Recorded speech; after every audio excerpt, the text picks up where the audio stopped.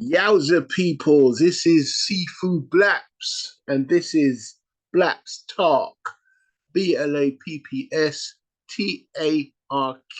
Better Living and Positive Propaganda System, talking about real knowledge. Brothers and sisters! No, sure. This is Public Enemy. I don't know what this world is Rebel coming Without to. a Cause. I am. So, we're going to be talking about what happens over here. I said in the UK, what happens out there, over there, which is outside the UK, what's happening in celebrity and community world, and of course, I'm going to end with what sparks me off. You're the audience, you can come and talk to me, tell me what's on your mind. We'll talk about what I want to talk about, and if we've got time, we'll talk about what you want to talk about. It's all right, bring it in. I'm not scared of any topic. Bring it in. So, you're the audience, this is Black Talk, let's get it going. It's all about talking about what they're not saying when their lips are moving. So, let's get it done.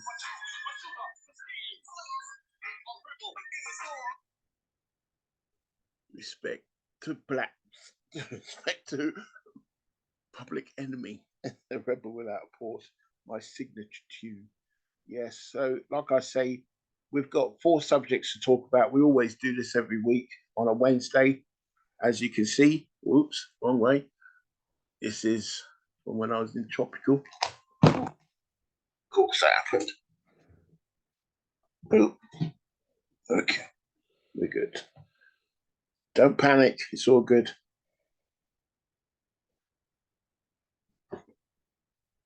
So, the first thing I want to do is talk about over here.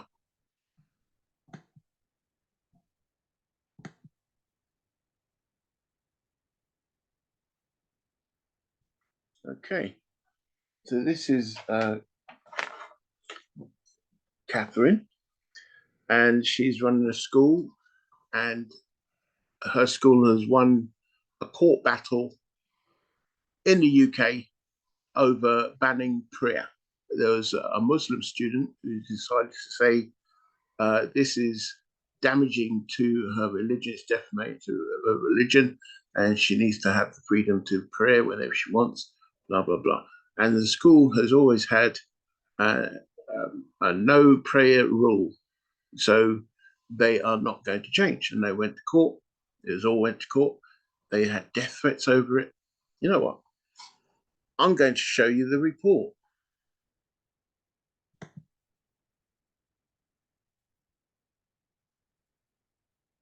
I'm going to show you the report instead. Now, when you talk about prayer and religion and stuff like that, you always get the crazies come in and want to take over whatever the subject is, because they're the ones that are most abused. But with this one, what we're saying here is that oh yeah, that's it. Right, should be able to see this right now. This is a news report. Breaking news this morning. Great news. You remember we brought this to you in January. This is the Michaela School in North London. They have been found not to be discriminatory for its ban on prayer rituals by the High Court. Now, this was a Muslim Pew student challenged the ban on prayer at school. She said it was discriminatory and uniquely affected her faith. But the judge, in his ruling, said she knew the rules when she went to the school. There is no prayer for any group in that school. That's and right. Catherine Birbalsingh has won this case. She's one of the most significant head teachers in Britain. She's amazing. She's my hero. I love the way that she teaches those students. That school is the most successful across the country in terms of the improvement when they arrive in Year 7 compared to the results they get when they leave after doing A-levels. She did speak to GB News in January when this action was first taken to court. Here's what she said then. We all need to recognize that all of us need to make sacrifices for the betterment of the whole so that we can all get on, and that schools play such an important part of this. Now, obviously, if your school is one where the children roam the corridors and the children do whatever they like during lunch, then I suppose you might choose to have a prayer room, and that's fine. You know, I'm not suggesting that all schools shouldn't have a prayer room, but I do think that if a school's ethos is such and building is such that they cannot have a prayer room, then they should be allowed to not have a prayer room. I'm having to support staff right now. They come and see me very frightened. They're really scared. And gosh, last year, my goodness, I mean, that was the worst. It was, I mean, it's not right that a head teacher or teachers should be put under that kind of stress, because they're just trying to do their jobs. And this is very hugely significant. The court saying the head teacher can run the school the way she wants to, really important, because if she'd lost this case, there must be every chance she might have gone and quit. The judge has also said, by the way, that the head teacher, Catherine Berberson, had been justified in suspending this student based on the account of a teacher that she'd been rude and defiant over the prayer hour. Yeah. Catherine Berber's argument has always been every child in my school must compromise based on their faith. There are Christian children who don't want to do revision on the Sundays. Well, tough. There were some children, I think Sikh children, who didn't want to eat eggs on a Friday. I think it was... Anyway, sorry. There'll be Jewish kids on a Saturday, Jewish Sabbath. Kids, that's right. You so, might have to do a school event. Everyone compromises, and I don't divide by faith. And if I have to give a Muslim prayer room at lunchtime for 300 children, it undermines the ethos of my school, it will cause chaos, and it would take away the need to do these lovely lunches that they do where they bring everyone together. Theo Chikumbur is outside the High Court now. Theo, what happened? Yeah, well, in the last few moments, we have learned that a Muslim student has lost its challenge that it brought against the school that they attended, Michaela, a community school in Brenton, North West London, after claiming that the policy that they had on prayer was uniquely affecting her faith, and saying that with prayer as one of its 5 pillars. Now, just last year there were reports of students who are praying on the school grounds and using blazers on the floor during school time. Now, there was a 2-day hearing which took place here at the High Court, and the court heard how the school allegedly had its stance of kind of discrimination which makes religious minorities feel alienated from society. But the school did defend its policy, with a lawyer for the school saying it argued against it, saying it's justified and proportionate after it faced death threats and bomb threats linked to religious observations on site at that school. And also during that 2-day hearing, the head teacher posted a lengthy explanation regarding their decision, saying that where children of all races and religions can thrive, this is a decision that is benefiting everybody, and they don't want the school to become a secular school. Now, the school itself has around 700 pupils, and roughly half of them are Muslim. If Theo Chikumbur there outside the High Court with this ruling, let us know your thoughts this morning. And you absolutely know that Catherine Berberson will be hard at work in her school, doing what she does best, teaching kids. And she talks about the stress of last year, particularly the end of 23. There were death threats linked to her decision to refuse to give in to the demand for a Muslim prayer room. Evening, Sifu. Sorry, I'm just eating my dinner. I'm hungry and I couldn't wait. I think my... how you doing, girl? How you doing? I'm okay. Hear me before? No, I couldn't hear you. I couldn't hear the video clip. Yeah. Did you hear the video? Yeah. I was good. I was reading up on that last night anyway. Oh, great. Okay. So you understand what's going on. Catherine Berberson of the Michaela School, she won a court hearing discussing on prayer. And because it's a Muslim, decided to, a student decided to bring on the whole of her mosque onto this and get it all changed up for them, because she's only interested in her religion. She's not thinking ahead enough to say, oh, this is going to affect every religion that the British Isles tolerates. Say tolerate, but it backfired in her, because the court was saying no, the school teacher should be able to run the school, basically. Well, she should be able to. Personally, I don't feel like prayer time is interfering with Phrasing. anything. So you've got breaks, you've got lunch times. Yeah, I don't see go why do what you do if in that's your lunch break. Do what you do. Yeah. Why should it be a problem? Yeah, but the thing is, if you say yes to one because you're scared of them or something, because they got death threats, of course they got death threats. You don't even have to ask from which religion. Yeah, or well, which they should people. have been. They should You have don't been even have prepared to for ask. that. Yeah. But the school already had banned all prayer religious, stuff going on in their school. So when the child brought it up and said, "No, I want to be able to pray," and they said, "No, we're not going to allow you because it would cause chaos." And that's what basically the video was about, was the court saying, "We're not going to allow you to bring in anything religious if the school doesn't want it." Because the school's not just going to say, "Oh, it's just school mistress decided to do it." It's the governors and other parents and the community. Well, if the school isn't operating on a religious basis at all, then why they bring it in? She's the head teacher. She has every right to say, "No, I'm not having it. You're not having it. Not in my school." And to be fair, I read a comment last night where they were saying that when the parents registered the girl to the school, they already knew that was the school policy. Why come back now and argue the case? You signed your child into that school knowing this was the case. I know for a fact that Islam says that if you're going to someone else's country, you adhere to their rules, adhere to their law. So if this is the school rules, you don't go in there expecting them to change for you. If they decide that, okay, there's something I need to see if I can get it put in, then by all means, go for it. I agree. You okay? In that cupboard. Whenever I think, oh yeah, okay, I can do this now, it's quiet, everyone can leave me alone.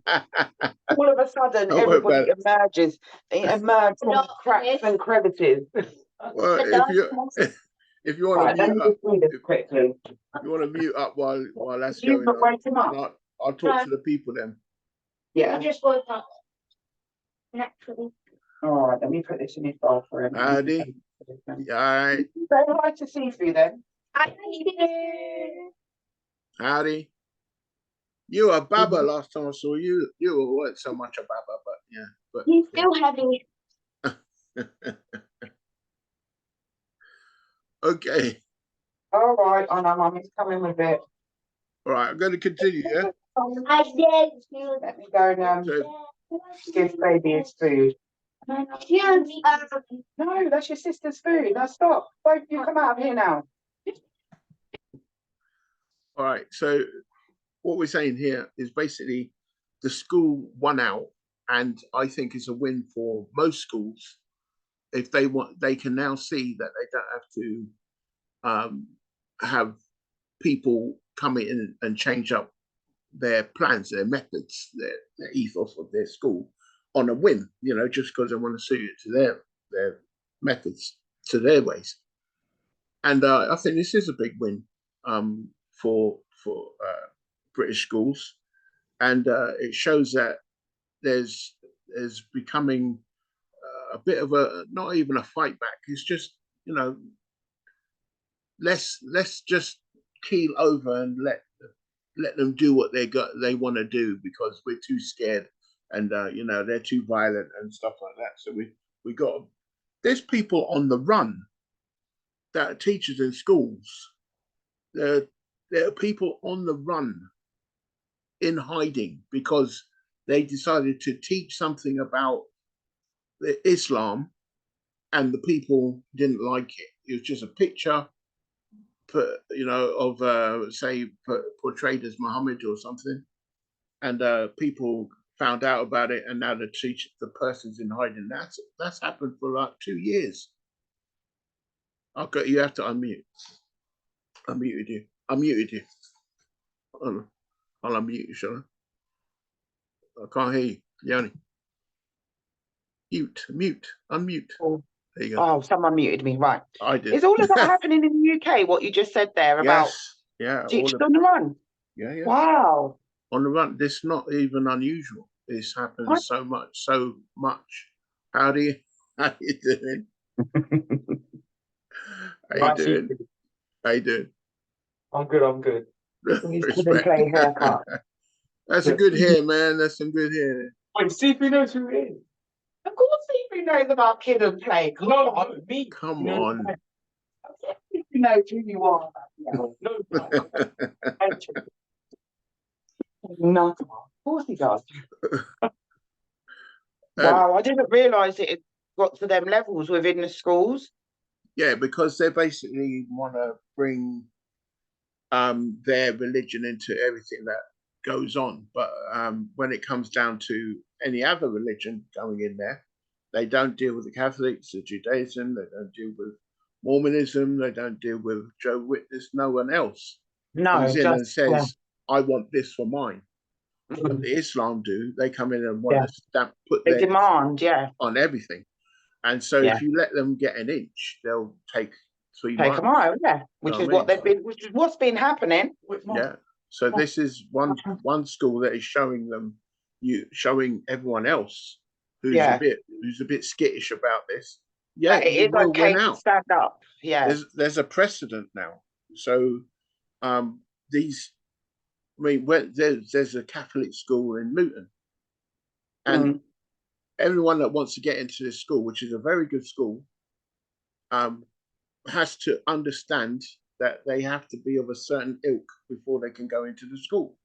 They can't go in there. It's a Catholic school, so if you're not Catholic, you can't come in. If you're against this religion, you can't come in. Blah blah blah. So if you want to get into this very nice school, you have to adhere to the rules. And these people want to get into the schools and change them all to bend to their whim. And I'm totally against it. I mean, I run an academy. Yeah, I agree.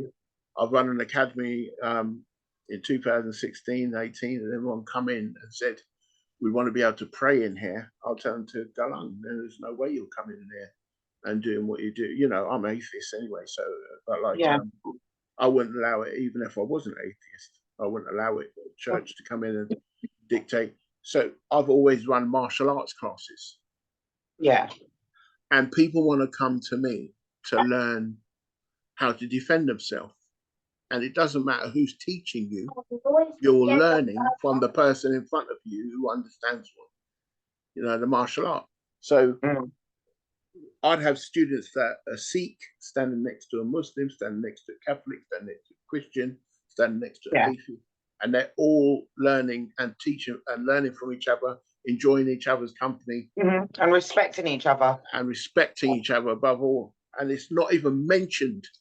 You will have discussions come up, and we're all opinionated, so we all stop and talk, and that's the best way. In my own family, I've got every religion there is under the sun in my family, and we've had all the discussions at weddings, at funerals, at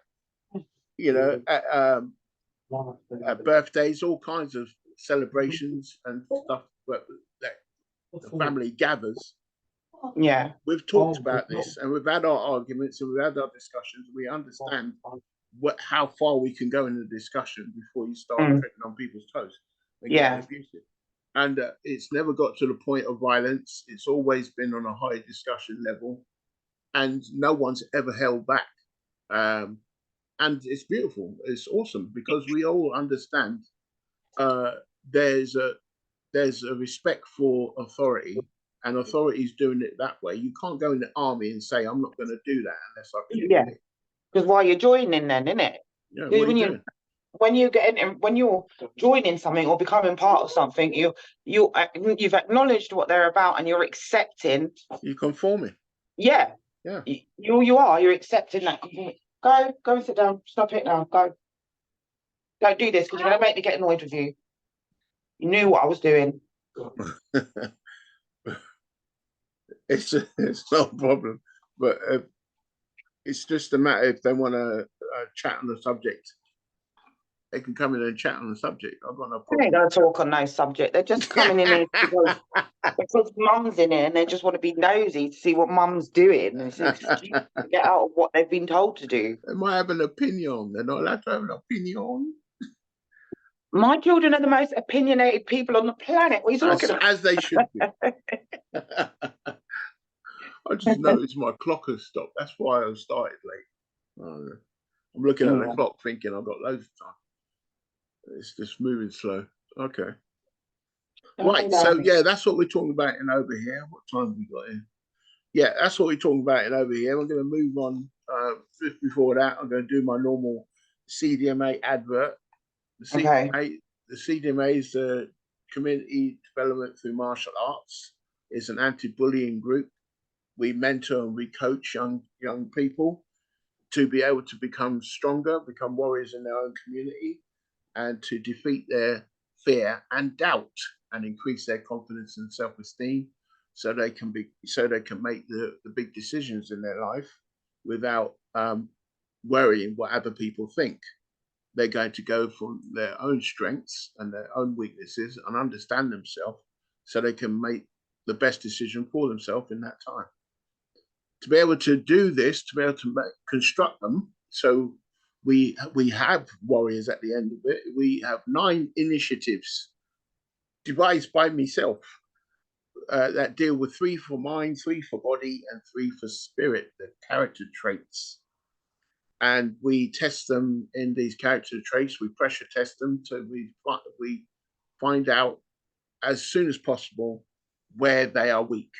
So they need to fail as soon as possible, and that's why we pressure test. You pressure test, you either make diamonds or you make dust. And we always making diamonds where we come from. And we've got some case studies going up the yin yang. We've got hundreds of them. So we've got some brilliant case studies where we've taken someone who's being bullied and now they're officers in the Navy and stuff like that. So we've helped people deal with mental health issues. We've helped people deal with depression. We've helped people get jobs, their career. We've helped them get into tournaments and to become their own local role model and be able to achieve anything they wish to do in life. It's a structured way of contributing to the community by making the community stronger. But we understand that these things take time and they're not done overnight. So you have to go through the struggle. There's a lot to learn and a lot to achieve for yourself, but it's fun. And we do it with a community of martial artists and professionals that have decided to give their time. People like Leonie, that we see here right now.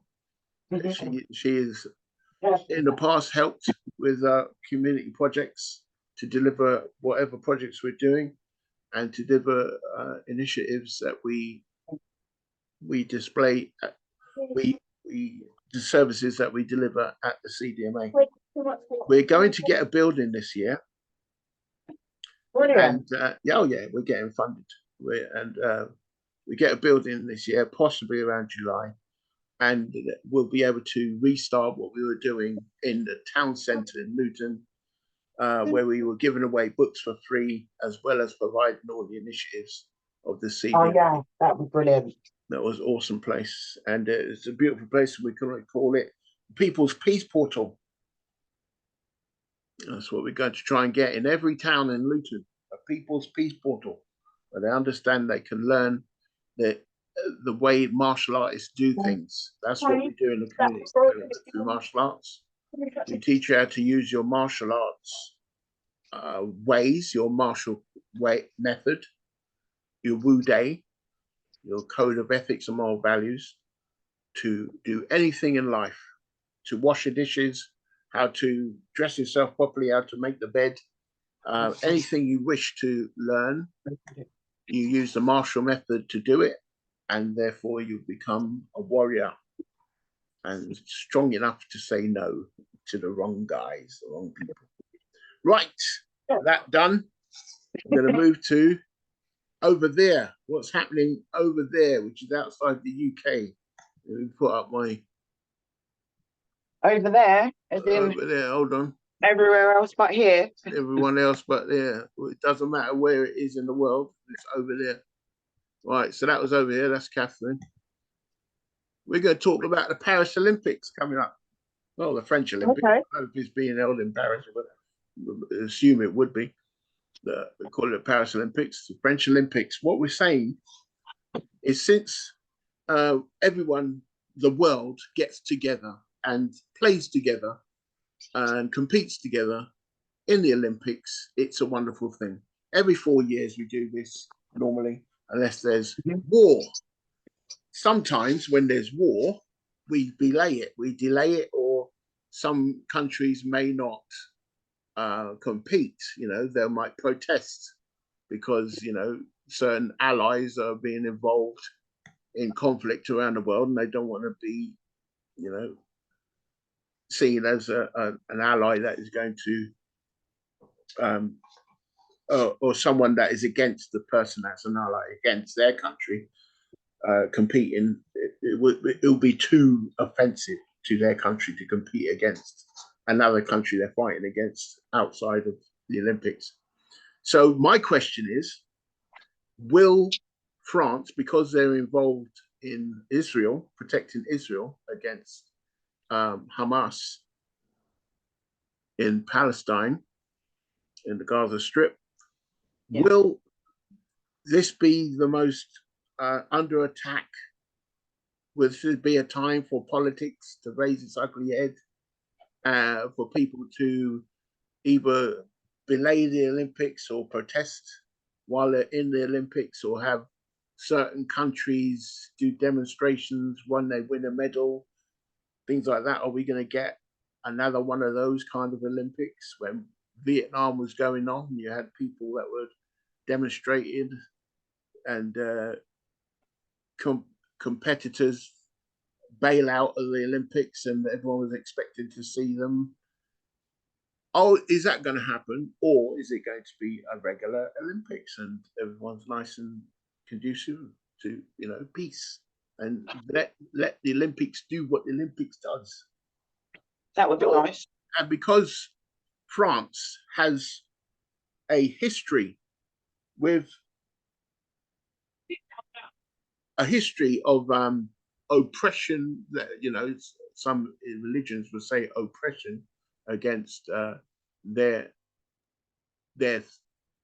whole ethos, to the point where they ban the burqa and stuff like that.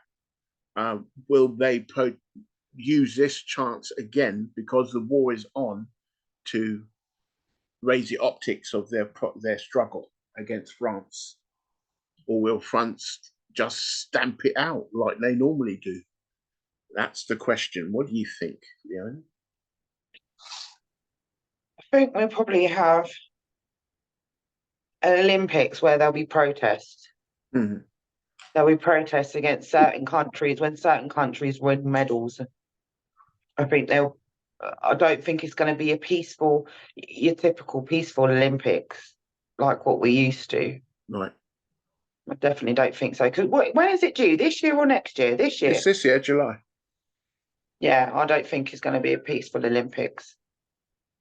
Neither do I. I think this is going to be one of the most protested Olympics we've ever had.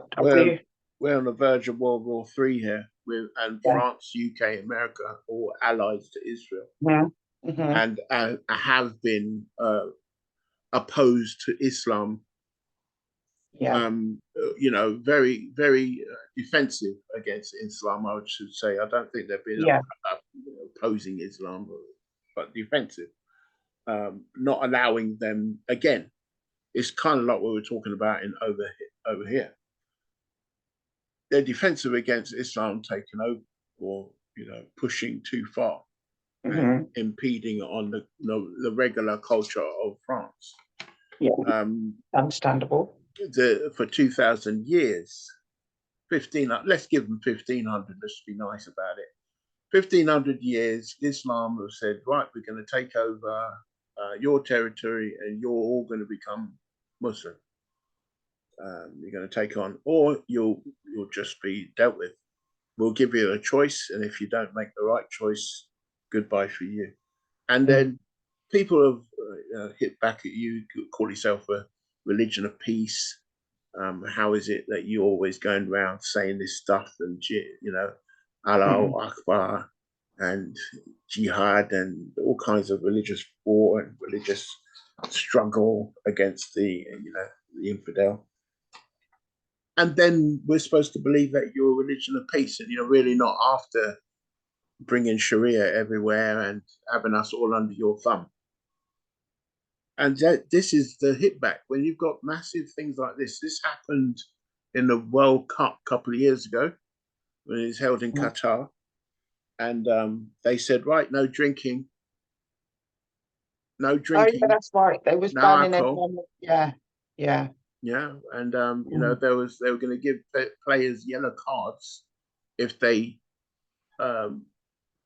decided to do a protest, an audible protest, or even wear something on their shirt that says we're against this oppression, or even take up for the workers that died during the making of all the buildings. Thousands of workers that died who lived in horrendous conditions while making the stadiums. Horrendous, to the point where the heat was 140 degrees and they had to work for hours a day in the worst of it with basically any help. And they were just dying in their hundreds. To the point where it's about 3,000 workers died during the making of these stadiums. 3,000? I'm not even playing with you. 3,000, and they were basically slave labor.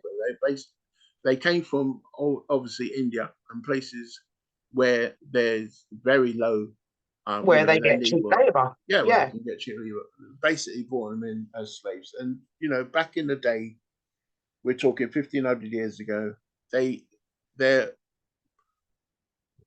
The transatlantic slave trade overwhelmed their slave trade, but theirs was more famous, the transatlantic slave trade. But the Saudi Arabia, the Arabian, the slave trade still existed. It still existed right to 2007. Yeah. Right. So Libya finally banned slavery in 2007. And half of Africa is pretty much Muslim. Nigeria, 180 million people Muslim. And there'll be countries from Africa taking part in the Olympics, and these people are the strongest advocates of their religion and their culture, and they want to see it implemented everywhere they go. Everywhere, yeah. And this is a point where this is a massive stage to do it on, and while the war is going on, because the war is not going to be stopping for any time soon. It's not been stopping for 2,000 years, so why would it stop for the Olympics, is what I'm saying. Where's my one? I don't get no drink. What's going on? What? There's one here for you. I don't get no juice box. What? There's no yogurt here. Making me hungry now. So the question again. Take that one for Barney, and that one. There you go. Okay. So the question is, would you go to France? Would you go there? No. For the Olympics? No. You want a ticket to go there? You going? No. Someone paying for you to go there? You going? No. Your favorite sport that you always watch everywhere else? You go all around the world and they say, I am not. No. What's With your all problem? this madness going on, no, thank you. I watch on my TV screen. You sound scared.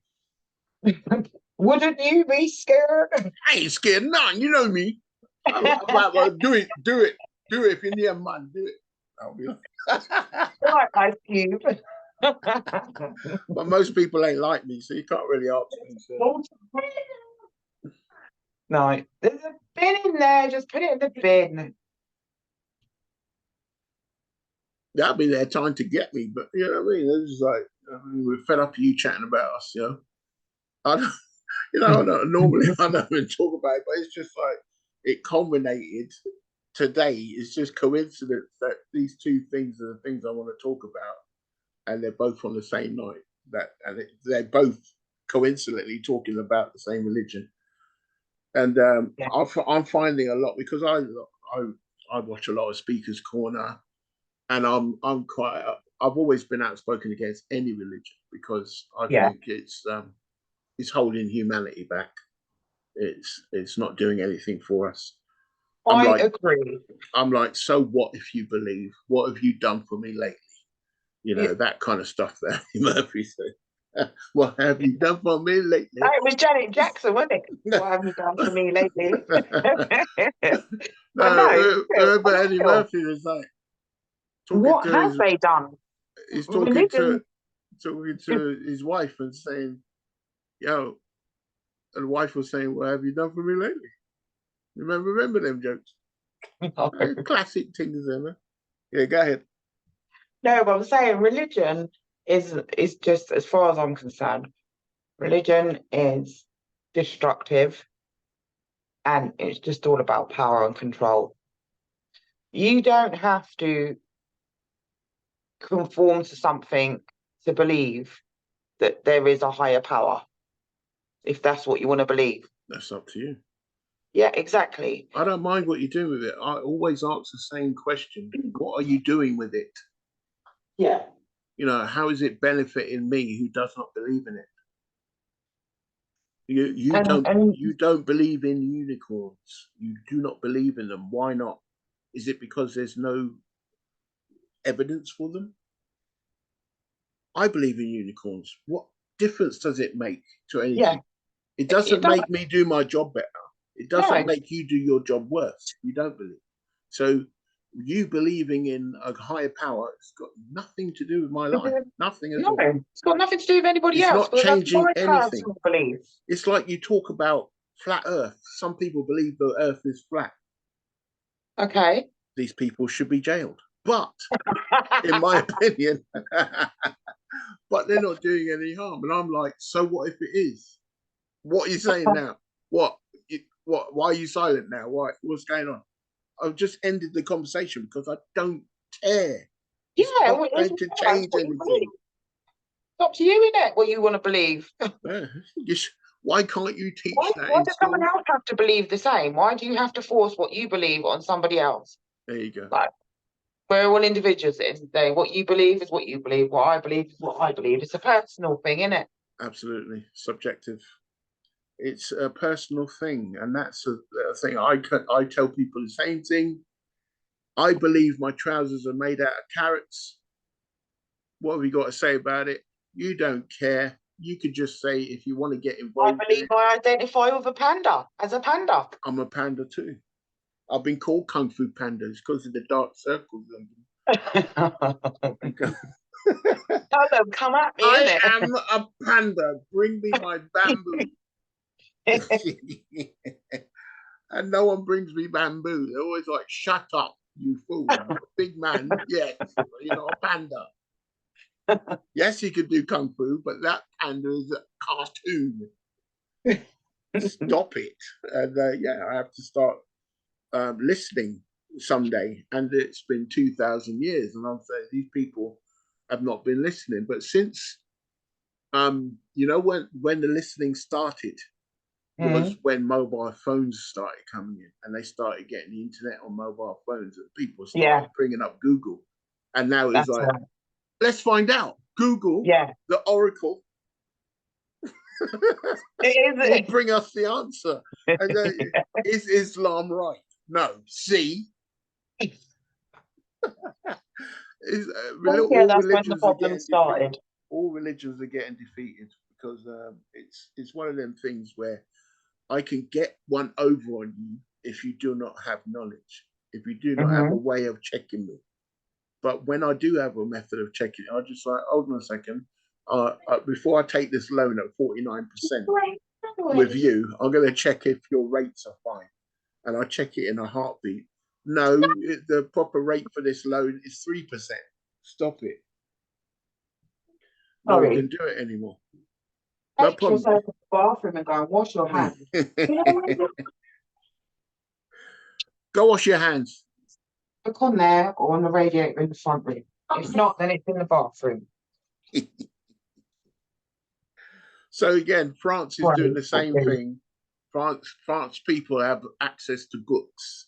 They have access to information. They've had the internet. They've got their scholars. They all got their universities.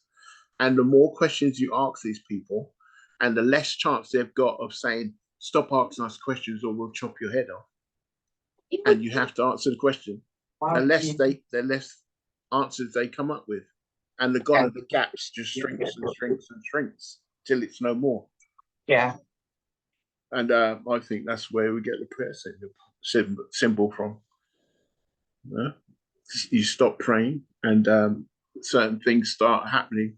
When you find that there's no food in the cupboard, you either get your ass off the chair and work and find money and or you pray. Find a way of putting food back in or the you cupboard. pray and starve.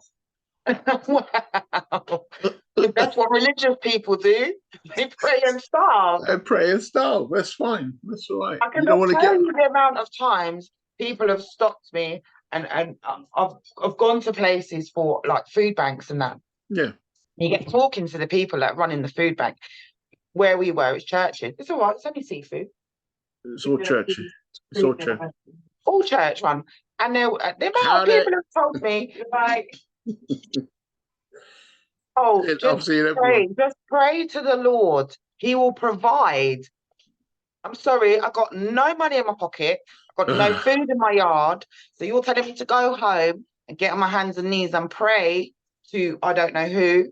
And I'm just going to open my eyes and food's going to be in my cupboard. Yeah, money's going to be in my pocket. It doesn't work like that. They don't like it when you talk back to them like that. It doesn't. When you tell them things like that. It they gets them hate vexed. it. They hate it. It gets them vexed. And all of a sudden you're rude and you're disruptive. now you see what my life has been like for the last 20 I know what your life has been like. I will not be silenced. Hell no, I'm not silenced.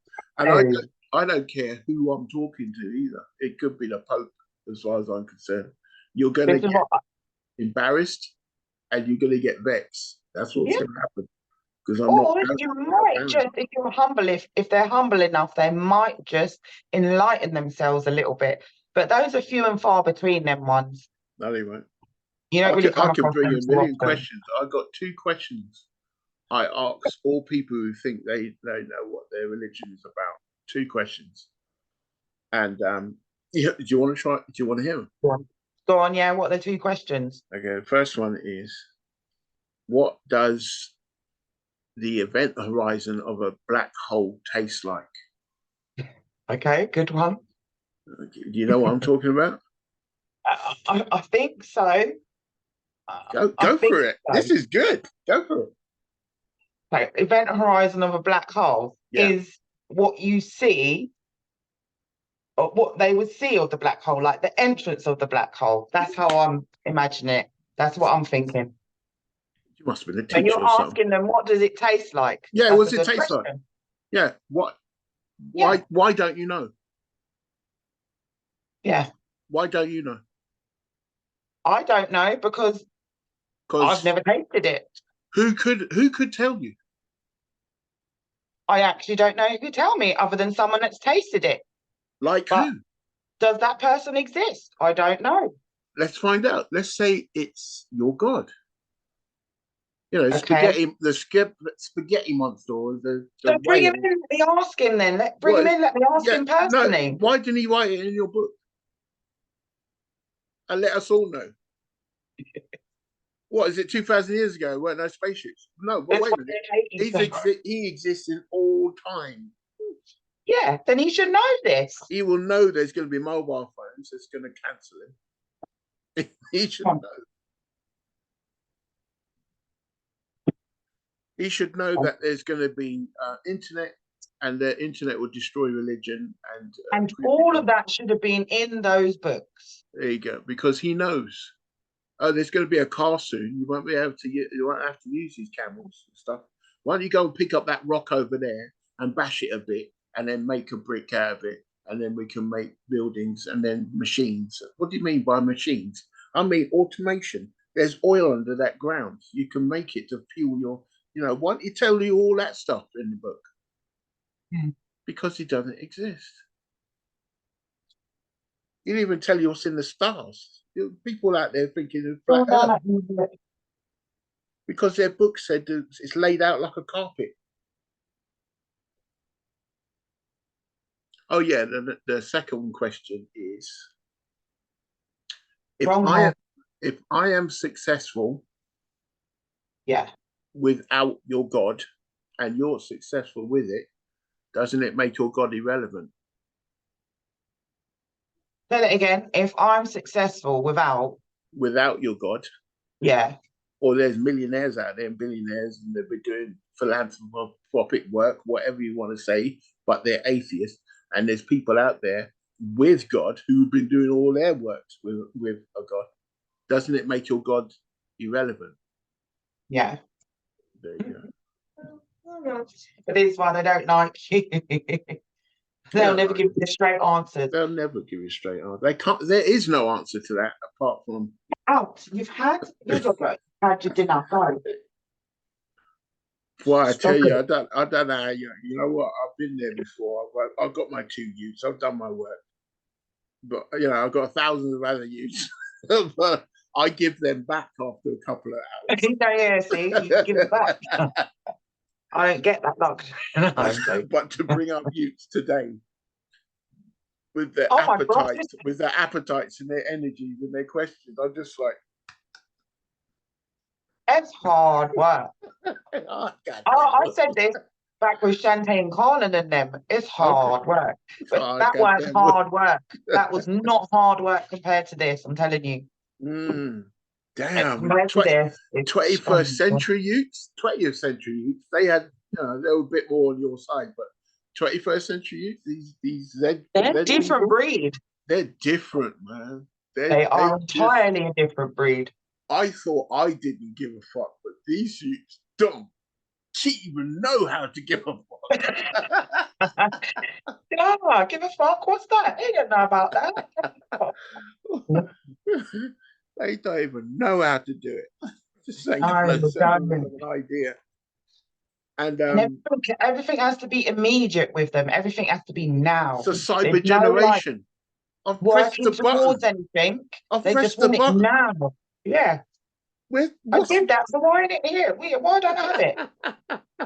Press the button. Where is it? Why don't I have my courage? I pressed the button. What's going on with the courage and the knowledge? Where is it? And the common sense.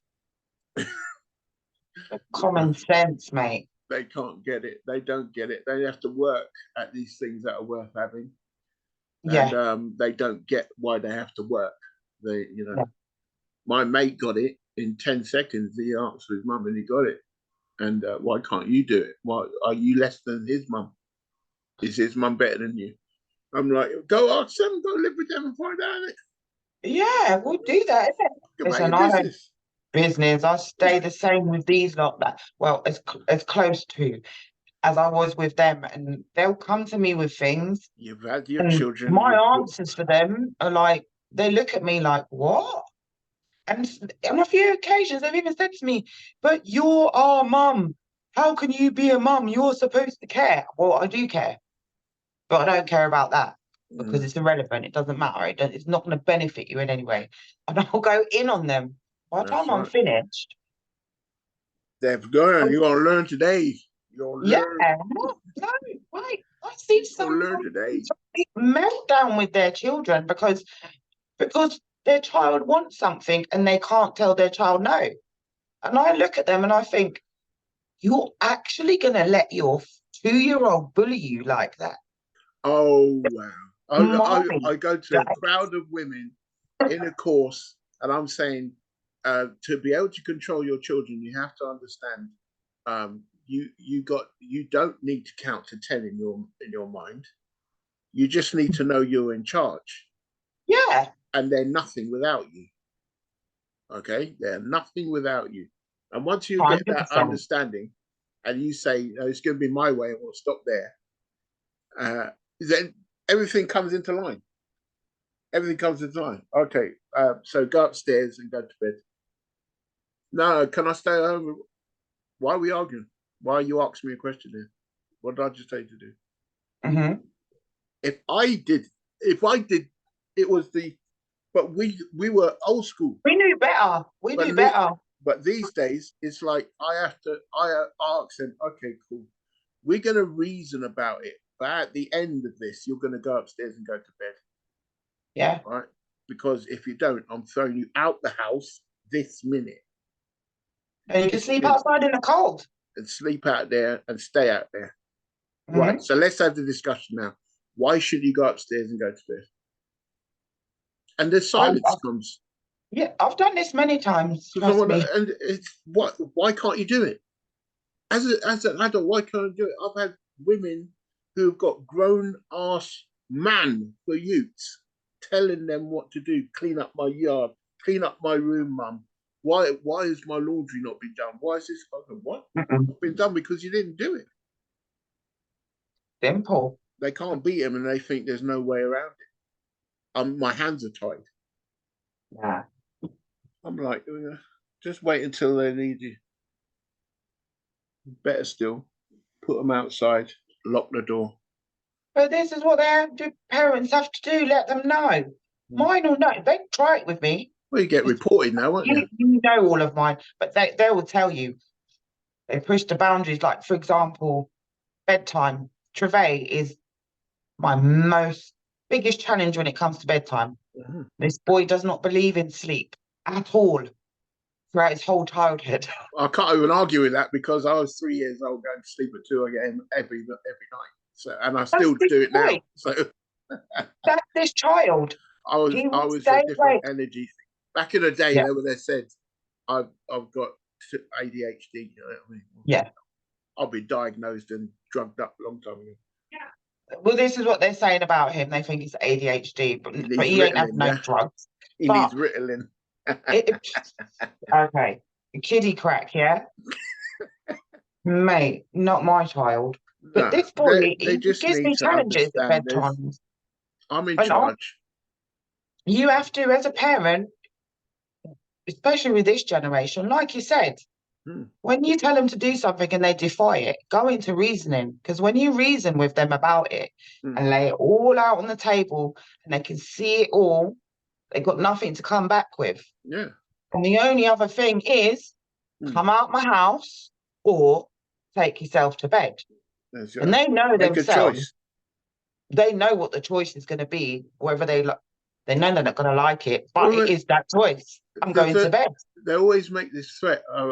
These days, they just call the caseworker, and they'll be around coddling them. I go, that'll be the last time you see me there. The last time you see me, you want to come back and get a Christmas present, or that you ain't getting none for me. You call them, that's it. You've just made the contract. Yeah. I don't have to take care of you anymore. No. So make the phone call knowing this is the last time you're going to see me. Yeah. Make your choice. And there's also this other thing that parents don't get as well is children need to understand everything you own, yeah? Everything you own belongs to me.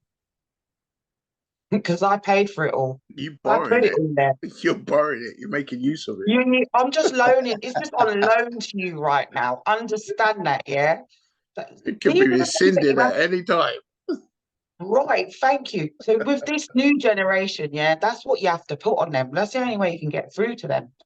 Because trying to letting them bully you. I can't believe parents letting their kids, little kids, bully them into having and doing whatever. And I just stand there and watch, and I'm like, wow. You should be in some of the Zoom classes. I look at Trevay when Trevay's with me. I look at Trevay like I look at Gervais and I look to them and I look back at him like, he knows what the look means. Don't even try it. Don't even get any ideas, little man. Don't even. I don't understand how parents are they parents? Or is it a case of, do you remember what we said back years ago? Like, children are having children.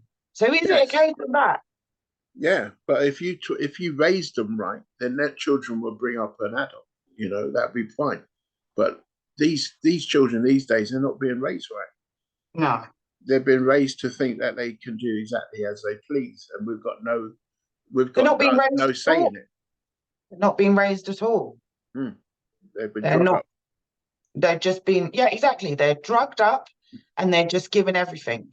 So there's no raising in there. There's no foundation building, no nothing. There's no morals, there's no ethics, there's no nothing in anything that these kids receive.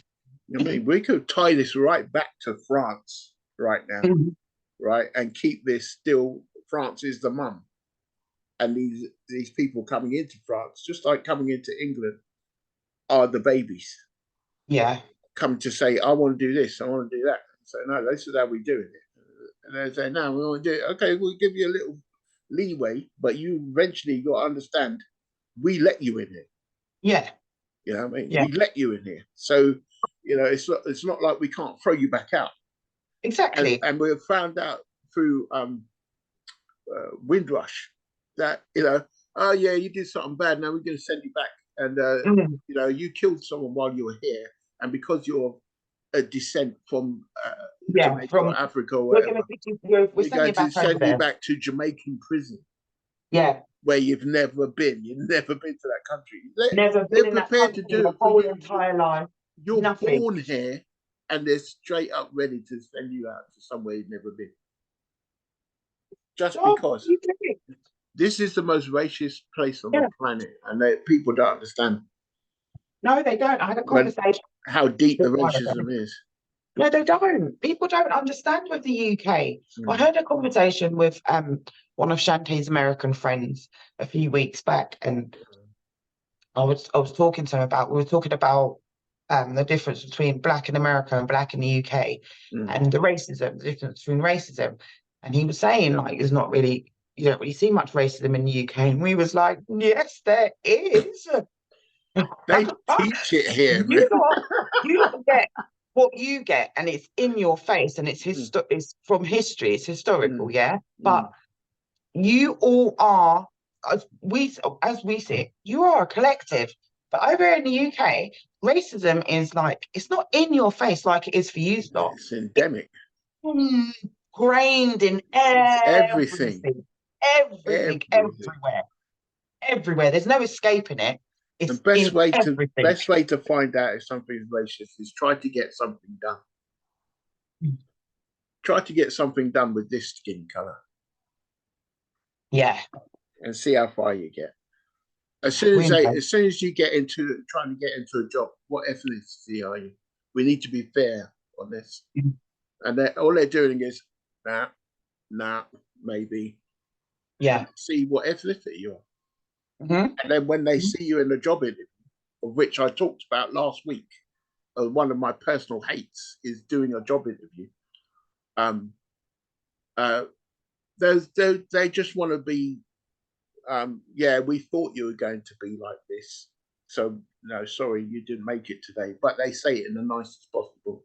You know what I mean? Yeah. Oh, our thing is full today. Oh, we've got the job was found for someone else. Someone else got in before you. Blah blah blah. But the racism is right there. They're saying, okay, because we see that you're one of them militant types, you're going to give us fucking stress. We ain't having you in there. Yeah, you're a problem. Yeah, we looked at your CV and we thought, maybe let's find out.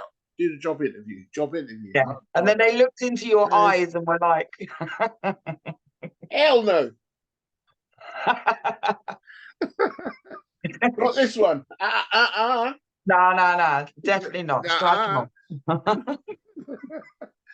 but yeah, that's what we're talking about in over there. France, I don't think will stand for it. I think they're going to stamp like they normally do, jackboot it into the dust. Like these people tried to raise hell for France back in the day, and France just stomped and stomped until they were shut up. And I don't think they're going to get one over because France are fed up. They're just like the rest of the world, but some of the rest of these other countries don't stand for it. You can't go. I can't go. I can't go to their country and say, I think you should stop your religion. They'll kill me in the street. Yeah. Right there and then. And what's my family going to say? Stupid idiot. What do you think was going to happen? Yeah. You see what I'm saying? So when they come over here, because we're so nice, and you go to Jamaica, everyone's yes, man, how you doing? Yes, you try to mess about with a Jamaican and tell them, oh yeah, you're not going to be allowed to do so. You want to see an angry person? Go to the islands and tell them that you're going to take over the islands and turn everything Muslim and see how it goes. Oh my God! What was that? What was that guy? What was that guy? Oh my God, Mike something, comedian. Mike Epps. No, not Mike Epps.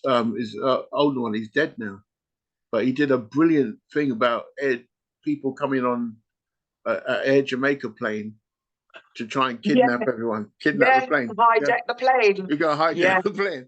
Hijack what? You know me? I will match it. What do you mean? I want a drink? 100%. Oh no, we have picked the wrong plane. We picked the wrong plane. Yes, you idiot. Look at their threads. Look at their threads. They've been warned about us, bro. So of course they've done that. There was this woman, a black woman, Christian, on a bus, and it was during Ramadan, and he's fasting. The guy was fasting behind him. Started to video record his conversation with this black woman, saying, "I can smell your food. I'm fasting. Can you stop eating? Can you put it away?" She was like, "Well, for what?" Yeah. Oh, it's my lunch. You're disturbing me. You want keep yourself to yourself, yeah. He weren't ready, mate. He weren't ready. So what are you gonna do? What are you gonna do? Fight the black woman? You can't just slap her in the face like you would slap a white woman or white man or white. You know what I mean? Or what? You see what I'm saying? You can't do that. It's a black woman. You slap one black woman, you've slapped every black person on this planet. Yeah. And it's not happening, bro. Yeah. You'll be dead by dawn. A different story, yeah. Dead by dawn. You won't even get off the bus, mate. She'll do it. You know what I mean? What I'm saying. Because I would, off the bus. As much as I tell people about my dad being the phenom that he was, that made 4 sons into warriors, right? I would rather my dad beat me than my mum beat me.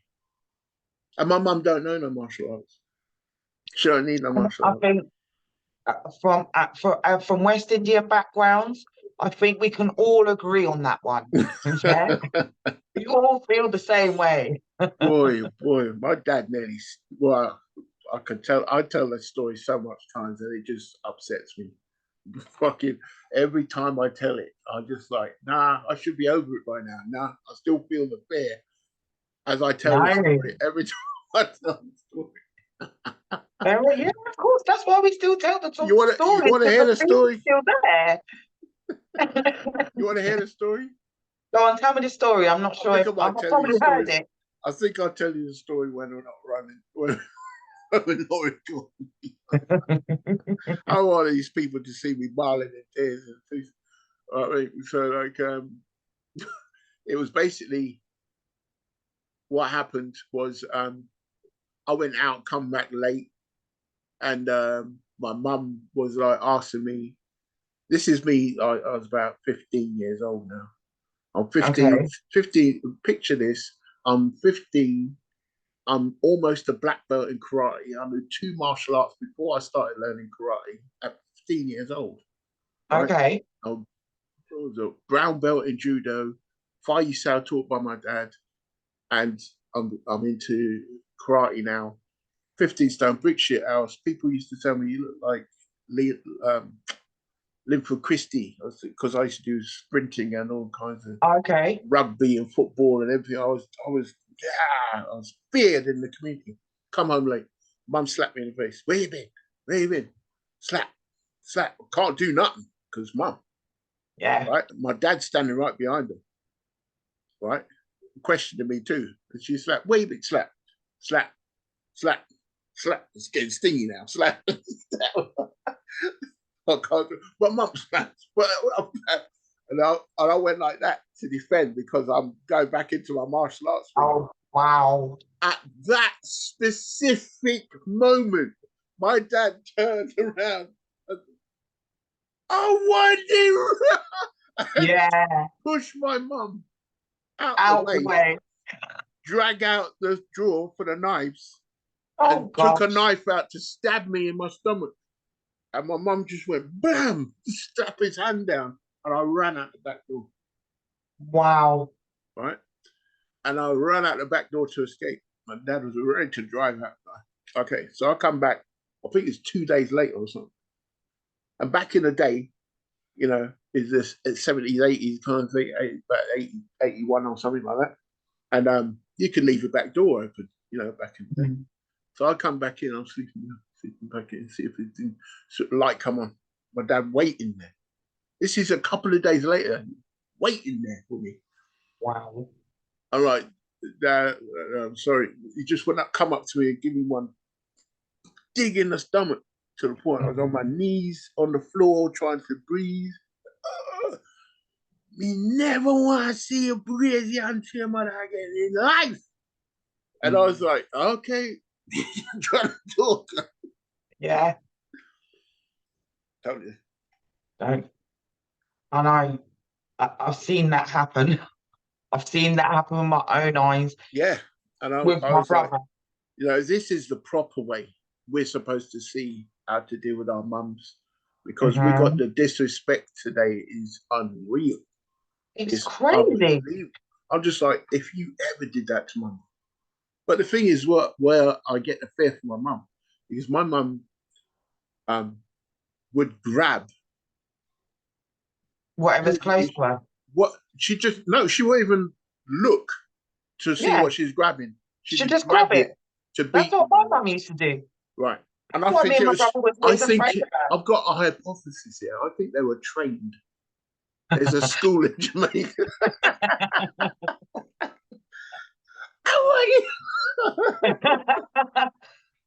Oh my gosh. And there was always the warnings, if you don't clean up your bed, there's going to be hell and powder house in this year.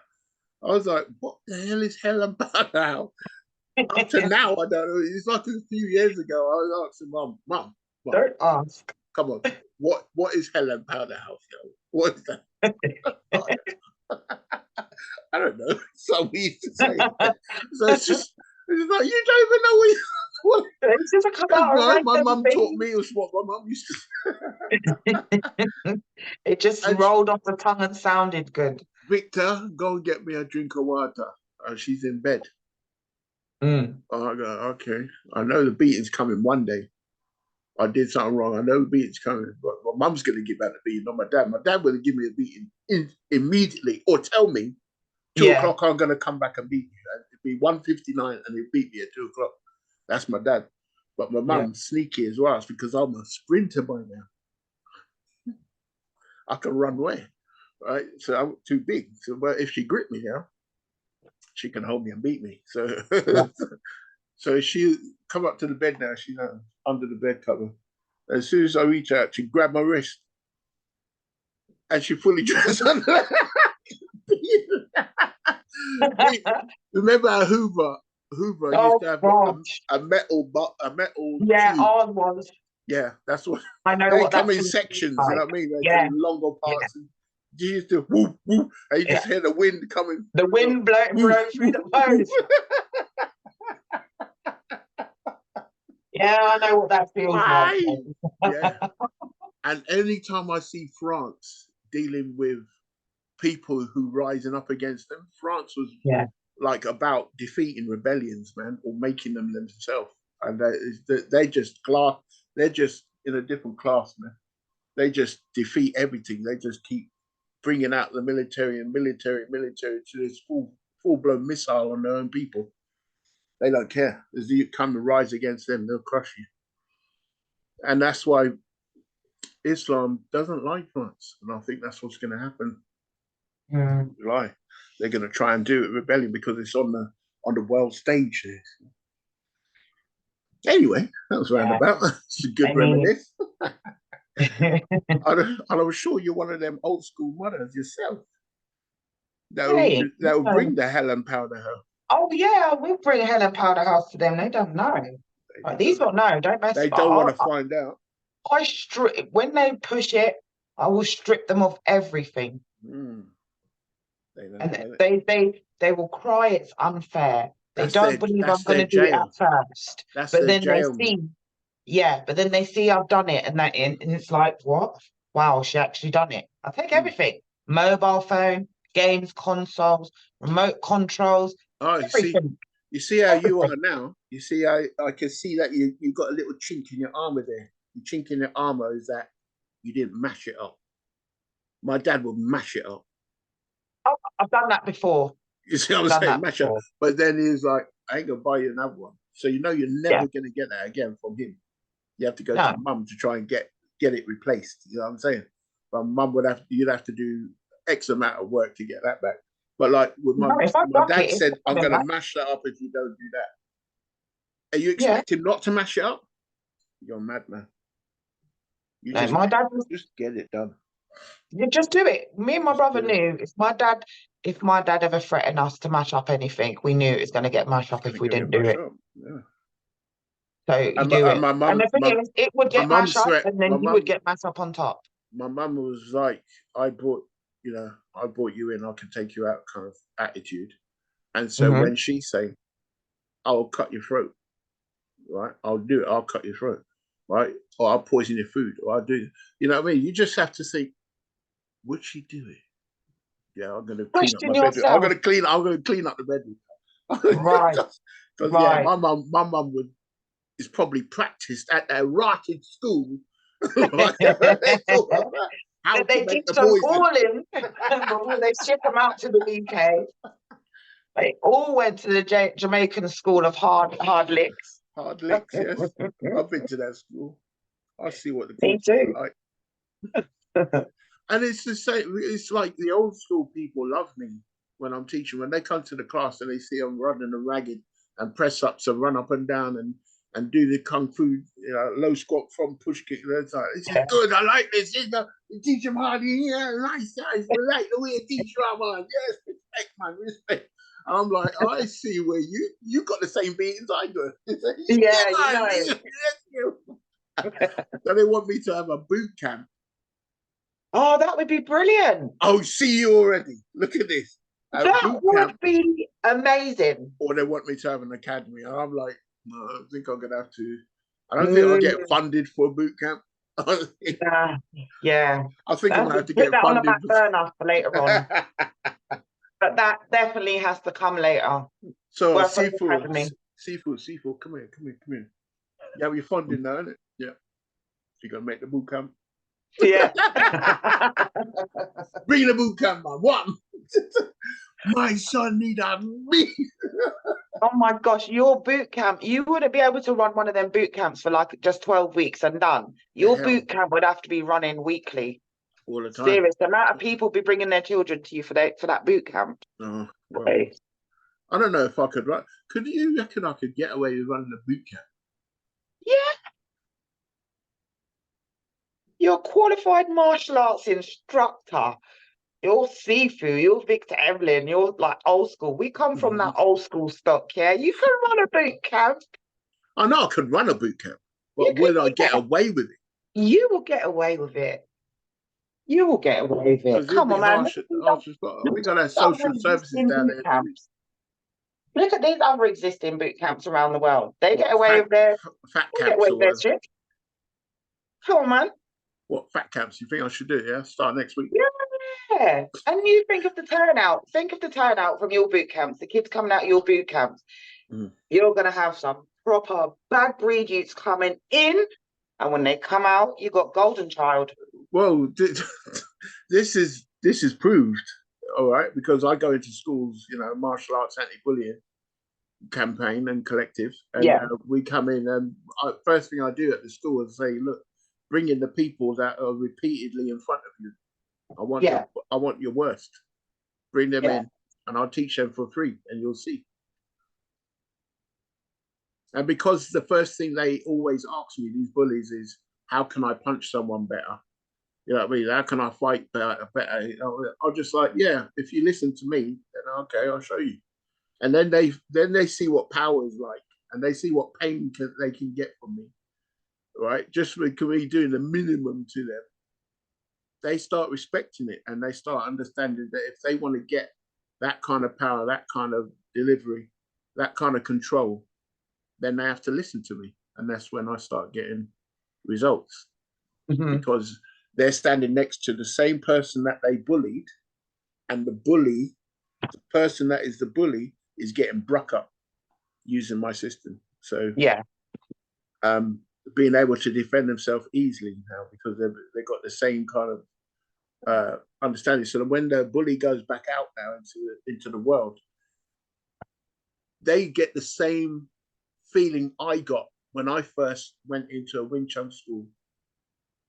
And I thought I was the shit. I was 18 stone then. I was 18 years old, 18 stone. As I say, Rich House, going to 3 martial arts now, ready to start my 4th. Heard Bruce Lee did this, showed me something. I got embarrassed within seconds by Brian Desir, the Sifu. Right? Yeah. And I was like, wow. So this man just made me look like a damn fool. I got 3 martial arts under my belt. And in seconds, he made me look like an idiot, right? And there's other people in there that are older than me that I would pass in the street and look at them like, oh, I could bite his head off, I could mash up that man. No, he's level 3, he's level 4. Oh my gosh, he's smaller than me, half the time, but I reckon he can bruck me because he's level 5. You see what I'm saying? I'm just like, as a beginner, just thinking, I want to be like them. I want to be able to instill that respect in people twice my size. So as I was the biggest Wing Chun exponent there, I decided to make myself a Sifu, which I finally managed to become a Sifu and then get my own class and everything like that. Went into world championships and everything like that. I understood exactly what it was. What it was to be teaching someone and getting that result out of someone. You got to wait until the water's filtered. I just filled up the jug, so you just have to wait. To see myself getting results out of someone that used to be like me, all full of themselves and total ego and blah, blah, not total ego because that's a good thing, but inflated ego. Inflated. Total ego is that you know yourself, so no one can add to you or you take away from you. So you filter all your fruit juice and everything. It's sorrel. Oh, sorrel. Yeah. You make sorrel? No, I went and bought it. I went and bought me some sorrel. Okay. Market sorrel.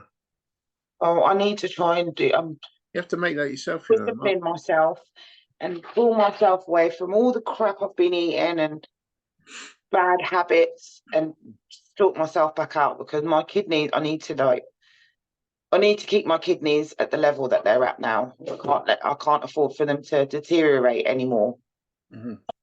Any further, I should say. Okay. I'm trying to just get myself back on track. Kidney cleaners.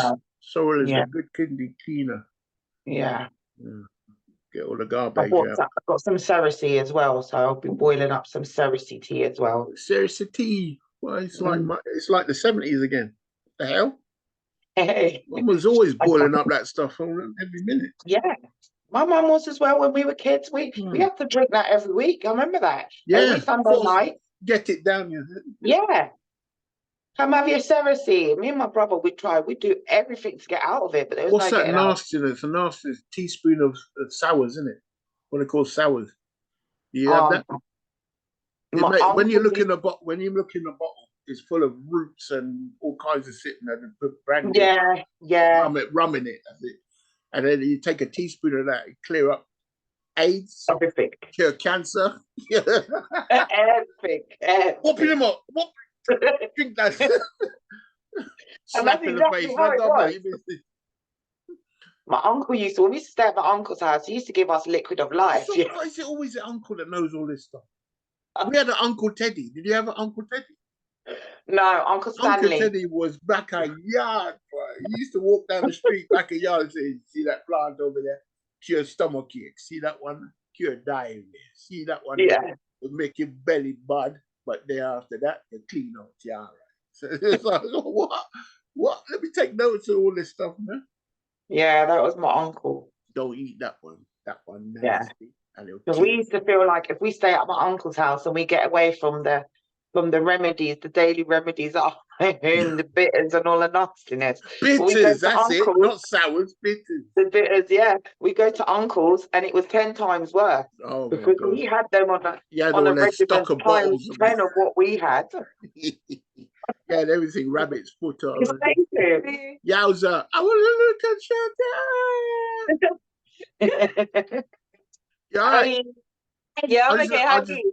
I just look a picture of you a minute ago. You ain't changed a bit. What the hell? A picture of me? Yeah. Yeah, me and you with the tropical look. Oh yeah, I was looking at that. I was like, that looks familiar. Tropical FM. Yeah, I remember. It's good times. Good times. How you doing? The good old days. What are you doing, Yvonne? Stop playing your mic. Don't. No one called you. In fact, make yourself go to the toilet. Go on. That way. Right, leave it to Mumsy. Cool. Bye, Sifu. See, what are you protecting? Who, me? Shantae. Shantae? Oh, no, it's a hot water bottle. Oh, yeah, I got a hot water okay, bottle. I thought I was going to ask you, preggy or something. Okay. Oh, no, absolutely not. What do you mean, absolutely not? I'm a baby, yes? Absolutely not. I'm 26 years of age, bro. I ain't thinking of pregnancy until I'm like 35. That's geriatric pregnancy. You can't be doing that.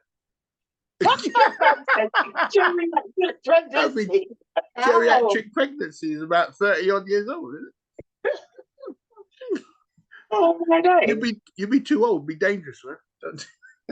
Oh, you don't stop it. Don't make me dangerous. Good. You go, Shion. Out. Out. Yeah, I don't know what she's on. She's confused tonight. I don't know what. She just wants to lay on my bed. She's just scratching at my door for ages.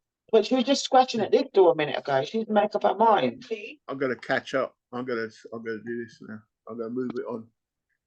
I'm gonna move it on to the next subject. Yeah. Third Okay, subject. go on. So what's the next subject? Celebrity and community. Is always the third Celebrity subject. and community. Yeah. Oh, don't tell me you're gonna hit me with the Diddy stuff. Nah, hell no. We did that a couple of weeks ago. Oh, okay. Yeah. So but today is Johnathan Majors. Johnathan Majors went into court and was given 1 year probation and ordered to do counselling, anger management, that kind of stuff, because of this fracas with his girlfriend. He got dropped by Marvel, where he was going to be Kang the Conqueror, and he's doing very well. He did all the Creed fights. He was in Creed 2 with my man, the other guy. Michael Jordan. That's it. Michael Jordan. Get in there now. I get to be in head. Get to be in head, yes. Why? I don't like to do too much noise, but if I have to, I will. So Johnathan Majors got ostracized from the community just because he was with this white woman. I'm going to say it like that. This white woman, because she decided to make something massive out of it. And it was only after it went to court that other footage came up where he's actually trying to get away from her and not do any physical abuse to her or anything like that. It's like he's she was trying to make out that it's been happening for years and blah blah blah. He's abusive and he needs help and blah blah blah. And then everyone was saying, "Oh, he's out of order. Let's just cut him off." And they dropped him from a career that was going to be immense because he was doing Marvel. Yeah, he was going to be like the next Tony Stark. You know, Tony Stark. I mean, the brand, yeah, Robert Downey Jr. He was going to be like Robert Downey Jr., like the pivotal person in the whole thing. And but he was going to be the villain. He was going to be the big bad. And they did all his recordings. They did Loki with him and the series and everything. And everyone was giving him rave reviews of Ant-Man and the Wasp, Quantum Mania, all that kind of stuff. He did all those films, and he's becoming huge. And he's such a good actor. He's such a good actor, and he knows he is. And all overnight, dropped from all of them, everything. Big ass 10-year plan for him, chopped because all based on her allegations. Just because of her allegations, and it brought me back in my mind when talking about when this came up of that, that little Emmett Till. Okay, yeah. You know about Emmett Till, right? The little boy who like wolf whistled a woman, white woman, back in the day, back in the It was back in the 30s, 40s, racism was proper. You get killed for stuff like that. And they just mashed him up and tortured him and tore his body apart and hung him up and bun him and everything. They've done everything. Everything. Doing something. Trampled on him by horses, tar and feather. I don't know what they didn't do to this youth. Just because of that. Yeah, just because of that. And then look, fast forward, decades later, the same woman has come forward and said, you know what? You didn't do it. Wrong guy. Sorry. I just got him killed for a lie, and I just held on to it for 50 years, 60 years, at least 60 years. Yeah. You know what I mean, the man's family had to deal with all the out thing. Yeah, it's his own fault. He should have been so forward. He should have known in place. Blah blah blah. All this bullshit, absolute bullshit. You would kill man over saying. She was just quiet on it, and the same thing. It's come back again.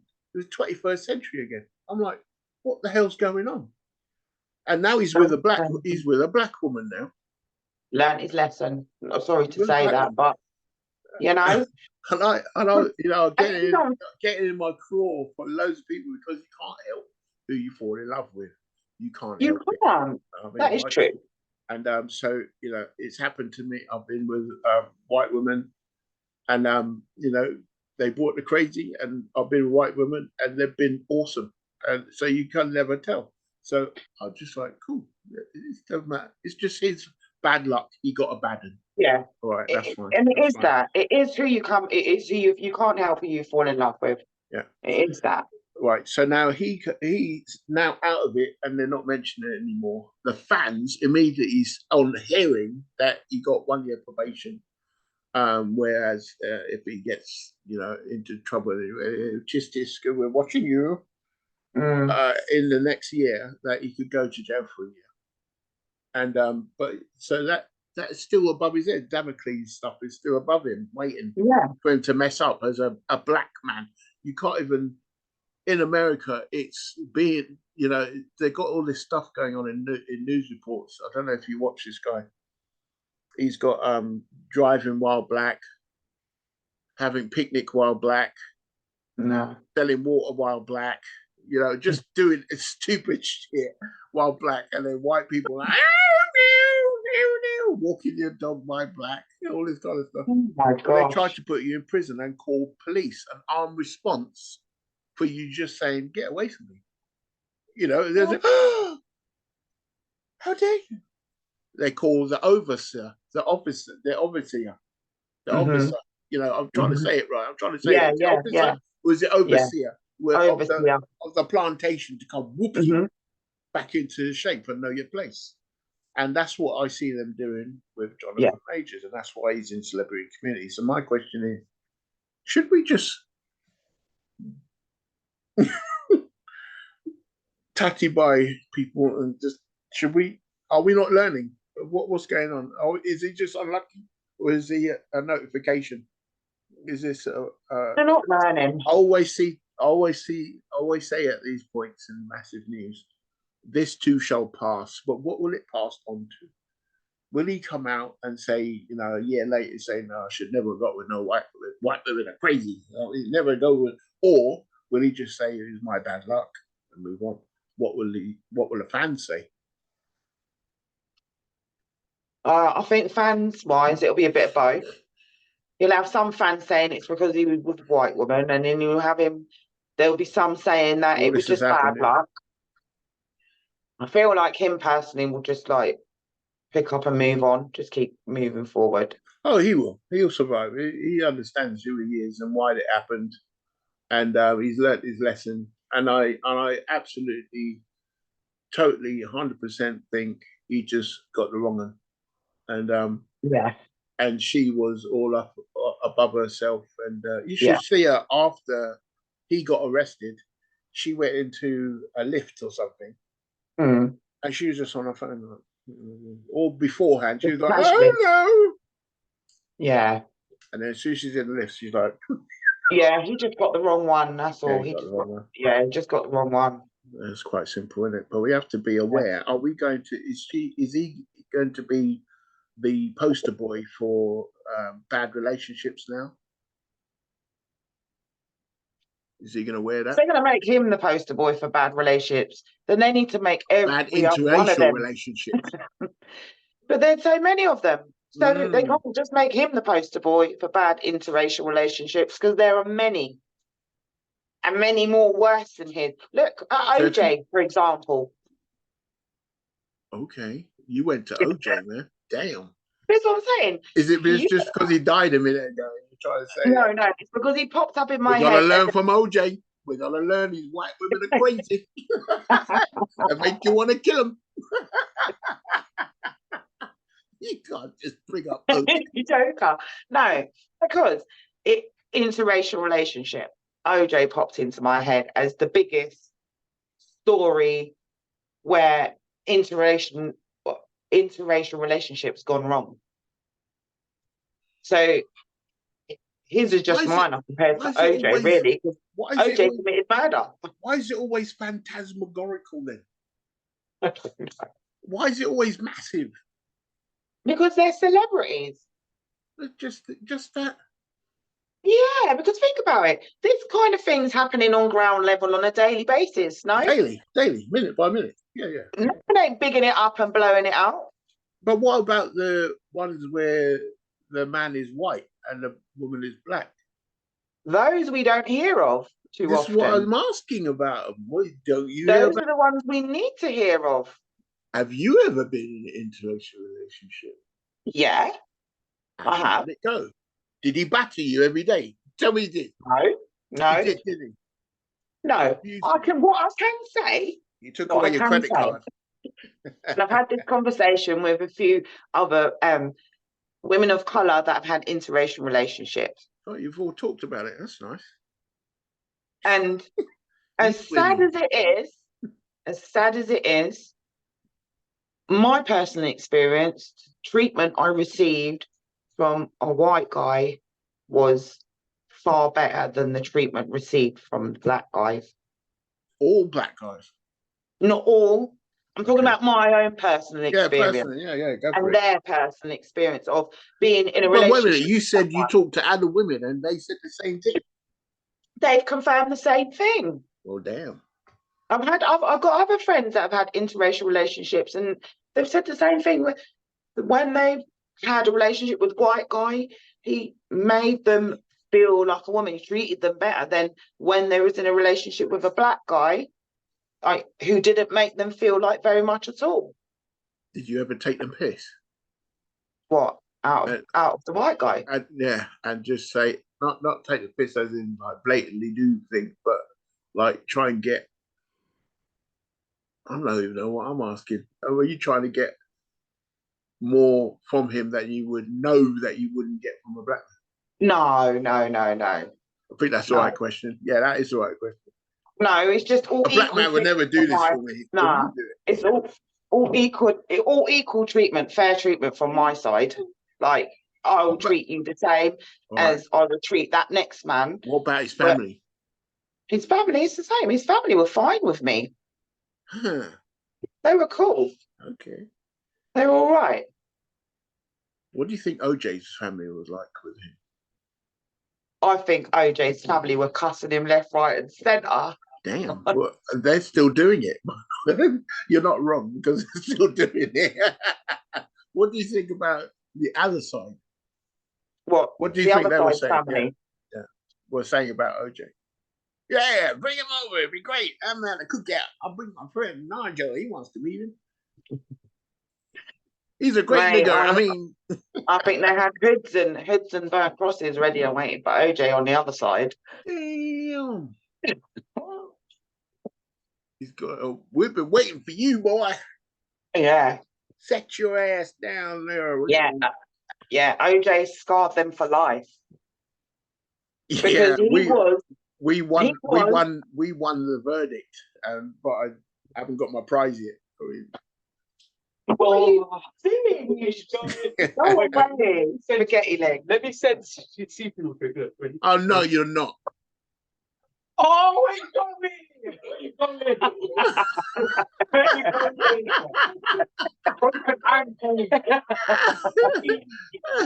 You ain't got no skills, man. You ain't got no skills. What's that? Where the skills at? You can't throw bows. Did you hear that? Sifu said, "Where the skills at?" You ain't got no. You ain't got no hooping energy. I looked at people. I saw it, and I just stayed in that same spot when I said, "I was like, where you going? You ain't got no hoop energy, man."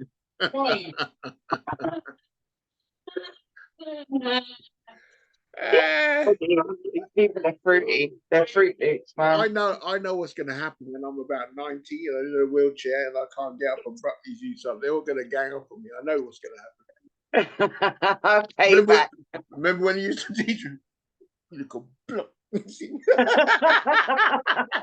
You see what he used to give us 10 press ups, and I told him my heart. Yeah, all the burpees. He said do 10 more. You do press up now. You do. They're gonna get me, man. They're gonna get me. This is why I have to stay strong till I'm ready to take my own life when I'm too. You do, because you have too many students that are gonna come at you when you're in your old age, man. I've got to carry explosive with me all the time and just say, try it. I'll get you. I'll take us all out. Yeah, I've planned for that, man. I'm carrying as much weapons as I can when I'm in. I'm gonna have a force field by then. Yeah, you need it. I'm gonna have a personal force field I can activate as soon as you come 2 feet to me. It just like activates by itself. Yeah, you need I'm just going to stay alive long enough that the science becomes available. Start working on it from now. I can get a bionic arm. I go down Tesco's and say, "Yeah, give me that blue one. Yeah, no, the blue one next to yeah, no, yeah, give me that one. Chick, tick this. Chick. Yeah, man. Bring on them dirty students there. Don't throw students over buildings and things. Yeah, bring it on. Yeah, I'm just gonna stay long enough so I can get an Iron Man suit. Yeah, just activate it by thought, and it nanotechnology. The suit comes over and they can't shoot. But by then, these youths will be so tech savvy; they'll be able to hack your Iron Man suit. Stop talking like that, you know. No, I'll be tech savvy too. Add that bit. I'm tech savvy too. They can't hack my suit. Why did you destroy my suit? Mate. See, you have to worry about the parents, man, giving them ideas. You know, back in the day, I saw a film where they hacked the suit. Yeah, do that. Yeah, we can get it that way. Ideas. Yeah. Remember when he wouldn't teach you for free? I had to pay for all them lessons, you know. We're gonna get him. That's gonna happen. So this is the intolerance in media. What should I say? In Hollywood, in the media society, where, you know, if you do wrong once, you were always that way. But once you're found innocent, they're all apologetic and yo, bring it back. You're our greatest hero. We never believed her. We never believed her. I feel like that depends on who you are in Hollywood. Wow. Okay. I'll go for it. All right. So if this happened to Denzel Washington, is no one going to believe the woman? Oh, okay. We're still on that with the woman. Okay. No, because Denzel Washington's a black man. Yeah. I'm saying if he decided out of some miracle that he's going to get someone outside of his, because he's never he does. He won't even do no kissing scene. Thank you. I was just about to say that. Denzel Washington wouldn't even be with a white woman and kiss her on screen because he knows his wife is watching. Yeah. So, yeah, that's why I chose Denzel Washington. I'm not a fool. I know what I'm talking about. So Denzel Washington beats up this white woman. And is he guilty, or is anyone going to accept it, or they're going to say, no, he's OJ, let him go. You're trying to get her. You're trying to get our black leaders. They'll blow her out the water because it's Denzel. It's Denzel. Yeah. So I don't think anyone will believe it. He's on the precipice of becoming great. He's not quite there, so they just mullered him. Yeah, I see what you're saying. I think your hypothesis holds up. Yeah, okay. I'm going to try and think of another one. Diddy. Diddy got me. When I did the world would believe it. The whole world would believe it. He did that shit. And the universe and all the other planets in the universe, they'll believe that shit. We have heard of Diddy. We have heard of him on our planet Ziga. We know he Diddy done it. Diddy done it. He did that shit. The planet Z guys with you, Earth. Kill that motherfucker. Yeah, he did that shit, man. I was trying to ask the question: is it conspiracy or is it criminality? And I was like, nah, 60, 40. Nah, he might have did it. Nah, he probably didn't. Nah, he definitely did it. He did that shit. Probably. He did it. Yeah, 80%. 90%. He did that. He did that. Yeah. He was doing that. All we got to ask now is he going to get away with it? And I think he's got so much shit on people. I think he might just get away with it. I think he's with the FBI. He's got a lot of dirt on a lot of people high up. So I think he's an Epstein, man. Yeah. He's a black Epstein. Yeah. He's got everyone. Yeah. Like he's standing next to Harry. And I'm like, okay, Harry's smiling way too much in this picture. Yeah. Right. And everyone must have told Harry about Diddy before he met him. Be careful, sir. Do not go into any of the rooms, sir. Do not go into... And he still went to that shit. And he still went there. So he must know. And remember, we've had the royals being taking pictures with blackface on and dancing in places where they shouldn't be, and pictures of women around them when they're not sweating. That are children. Holy more. And much, much more. There's some people. I'll just wait to hear the stories about this people. What's that royal that you never see? Which one? There's many of them that you never see. It's the younger old ones. Edward or something. Not Edward. Is it Edward? Yeah, Edward. Because Andrew's the pedo, isn't it? That's Edward. Yeah. Edward is Edward. I'm just waiting for his story, man. Why do you never hear nothing about Edward? We don't hear nothing about him. I think he's gay. Maybe. I don't give a damn if he's got a woman. I'm just saying it straight out right now. But, gay. And he's afraid to come out. Probably. No one give a damn if he's gay or not. No one cares. No, especially this day and age. It's the royal family. It's the royal family. So they have to be different, don't they? Stupidness. Yeah.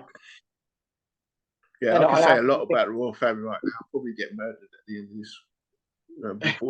Before the end of this show. Be very careful. I ain't scared. Who's out the door? Who's out the door? Down to the. Oh shit!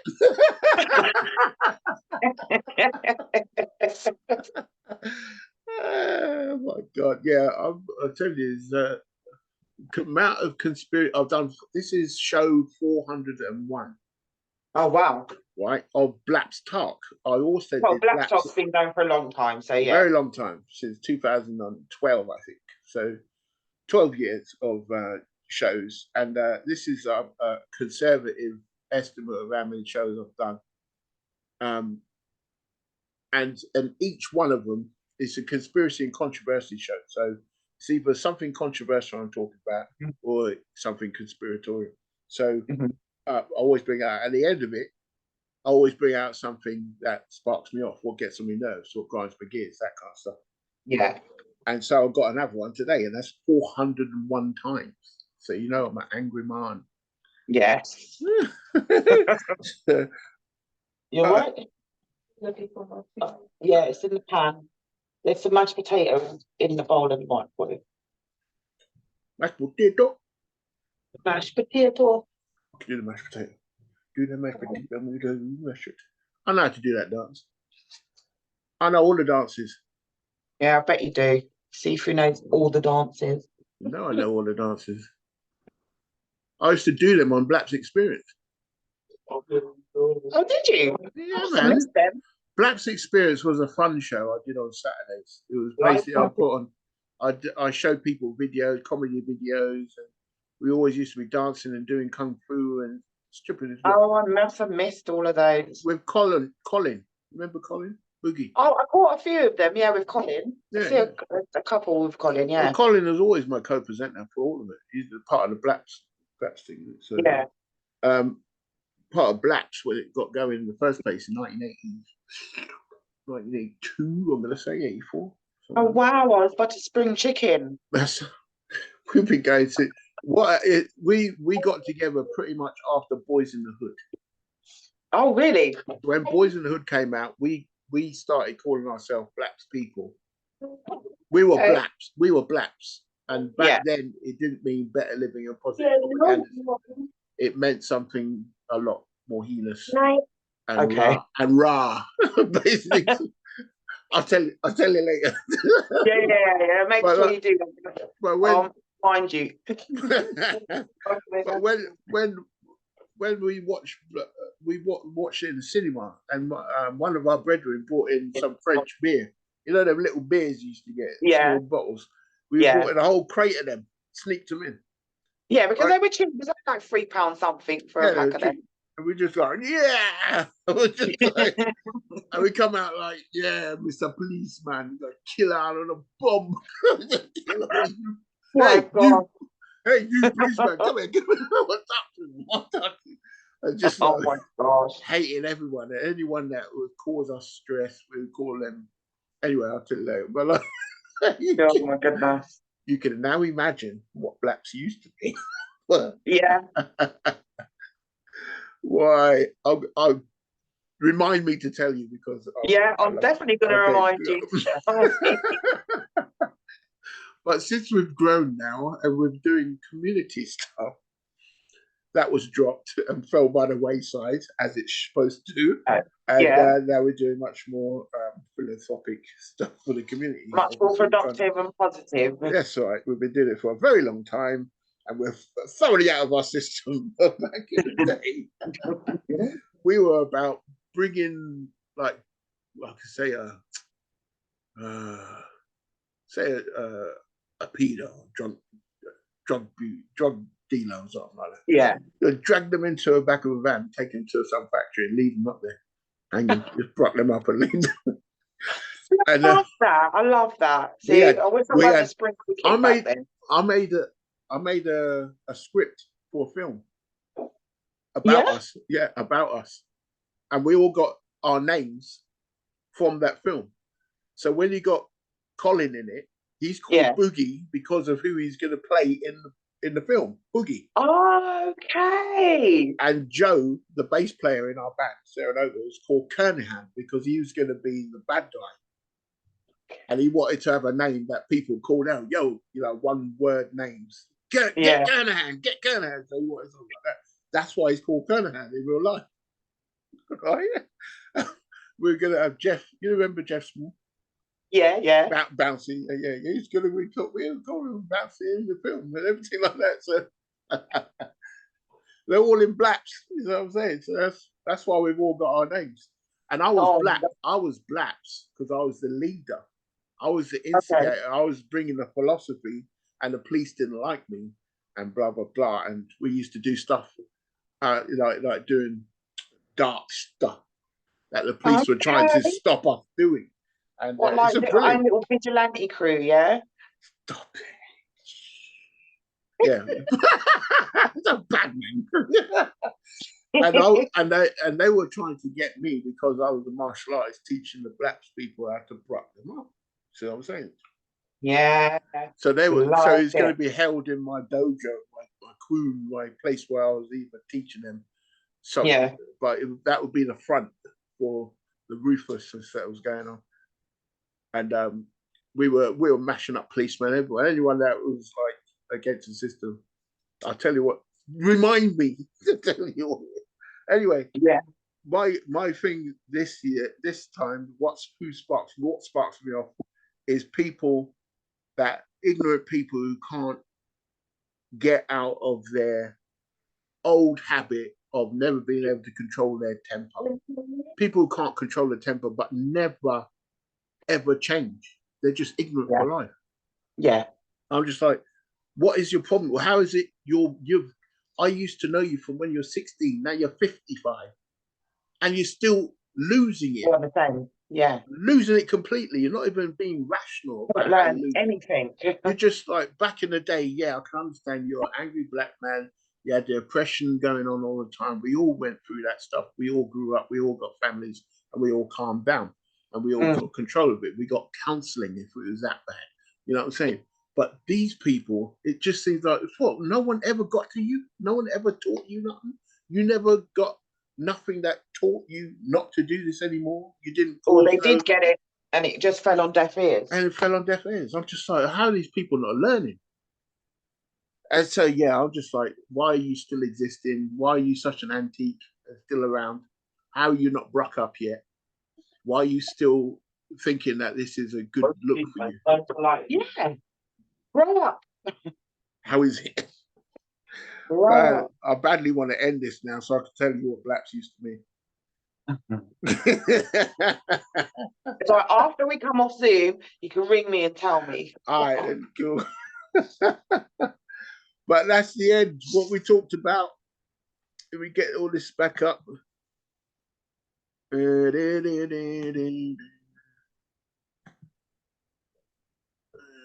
Right, celebrity and community. We talked about Johnathan Majors and his mash-up relationship and what that meant to him in court. He got away with it. He got 1 year probation, and the fans have demanded he get back to normal, be made right. How do you go back on this? Oh yeah, no, I think I'm gonna have to end it. What sparks me up? You see that? Look at that, Ram. Look at my yay them. Yeah, I see them. Oh my days! I was gonna say, sure you're not reptilian, but they're not slits, are they? No, that's my real eyes. What are you talking about? I'm like the Hulk, you know. Yeah. Hulk goes green, I go red. You see how my shirt goes red? You know, I always wear black. See that Hulk transformance, Ram. Yeah, I mean, I always wear black, you know. But when I get vexed, I go red. Did you hear that? People don't know about that. When I get vexed, I turn into Chuck Norris. What's he say? He said, when I get vexed, I turn into Chuck Norris. Chuck Norris can kick you and send you into last week. Chuck Norris can slap you and unscrambled eggs. He can unscramble eggs with a slap. What's your Chuck Norris? My favorite Chuck Norris one. So again? What did you say, Ray? My favorite Chuck Norris. Okay, go on. Is when he does press ups, he's not pressing himself up, he's pushing the earth down. That's a good one. Okay, bad man. He makes onions cry. Yeah. Believe that too. Norris, Joker. And over there, we talked about France hosting the Olympics and what that'd be like for anyone that wants to raise hell over there. Yeah. Because of the reason of violence, being allies with the people that want to do damage to Islam. And over here, we talked about the teacher, Catherine Berbersin, who is a head teacher who won a court case that she wanted to ban prayer, and someone said, no, we don't like that. We want to be able to pray and do whatever we want, to run roughshod over you.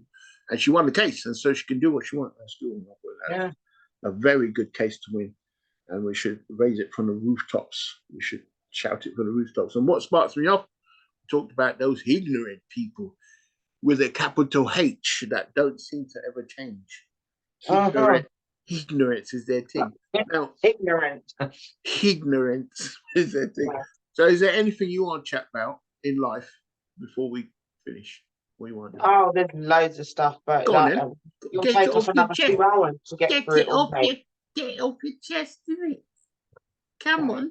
My biggest peeve at the moment is, after going through what I've gone through, the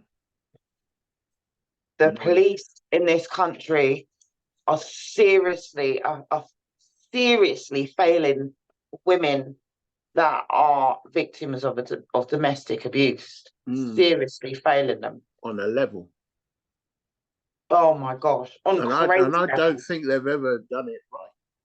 No. But the thing is, with the police, they're damned if they do and damned if they don't, because they're supposed to be our version of an armed response.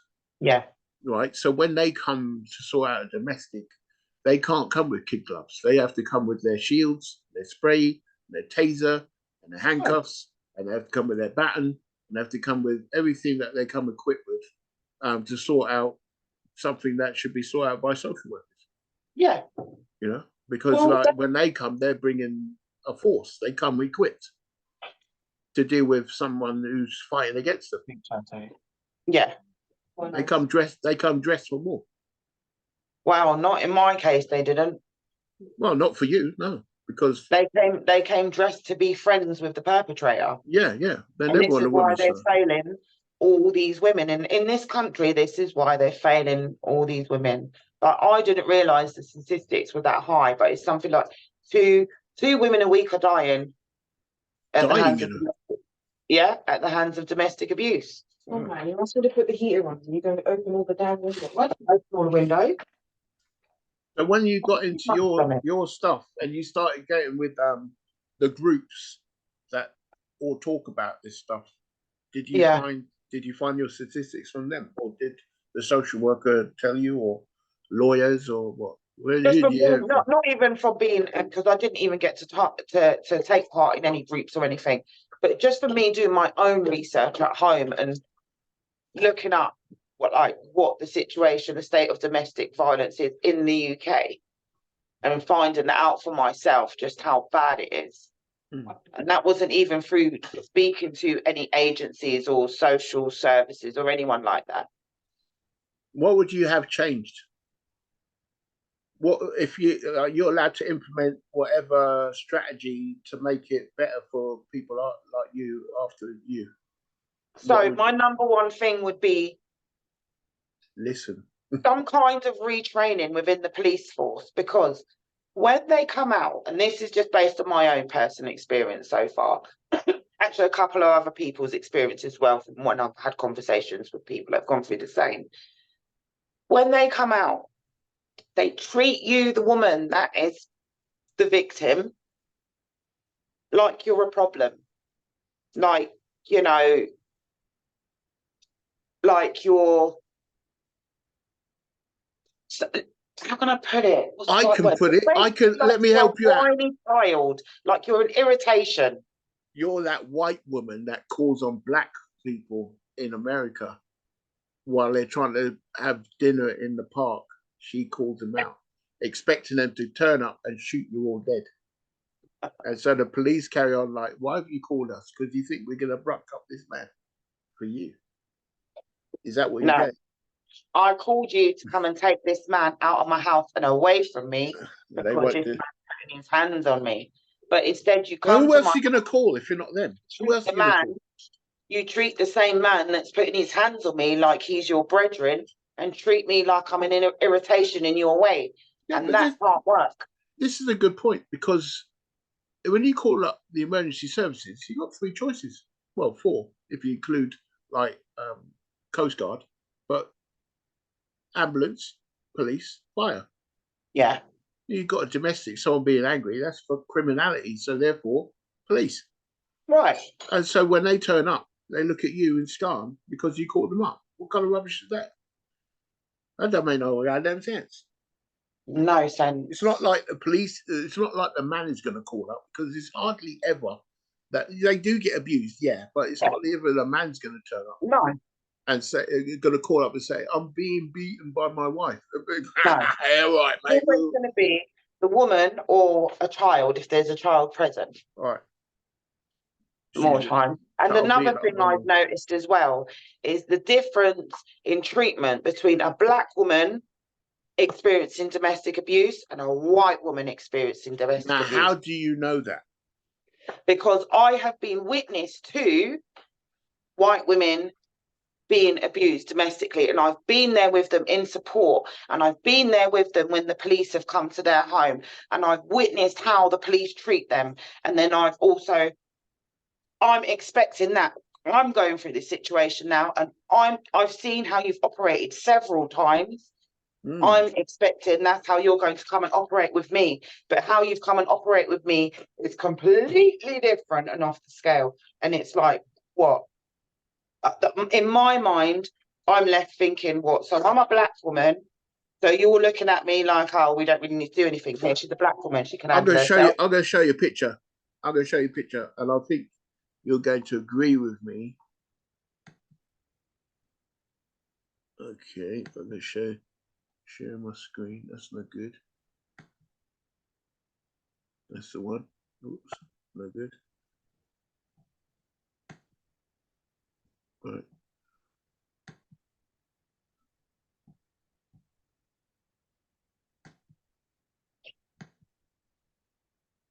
Make sure there's no little bugs flying around my body. She's going to freak out.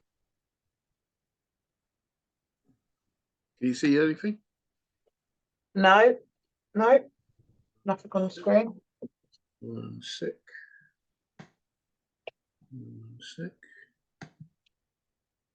You see anything now?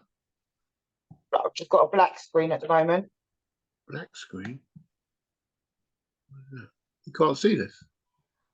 No, it's just black. Oh, now I can see like your desktop kind of thing. Your browser page. You've got it open. Cool. New tab open. That's cool.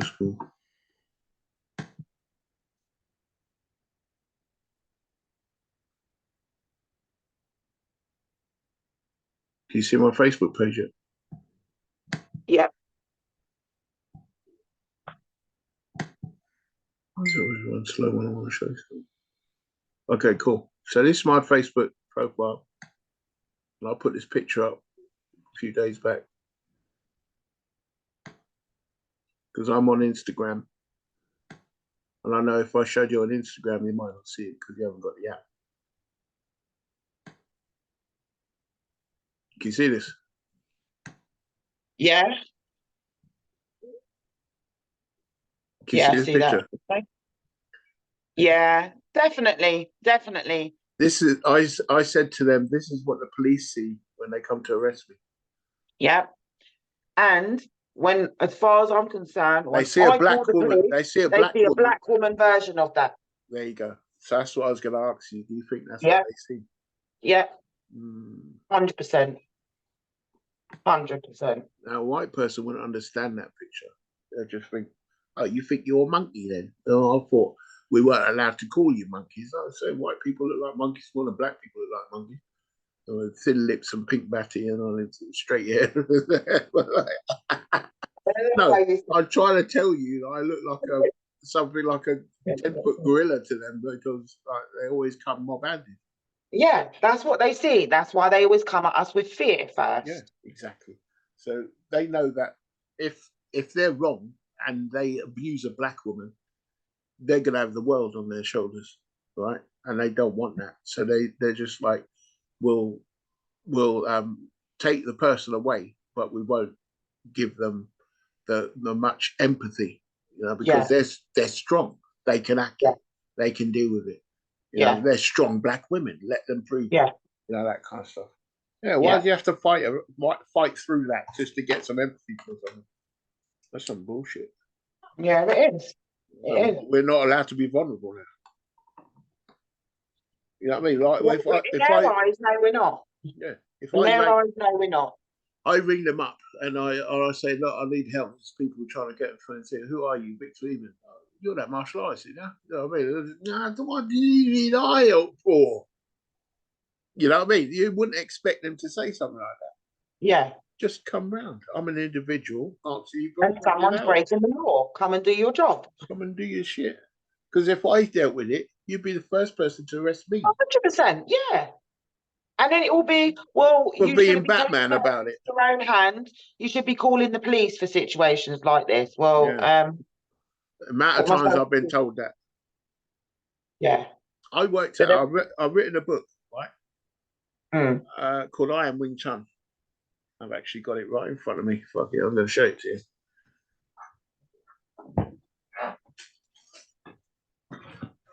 I'm currently doing corrections in it.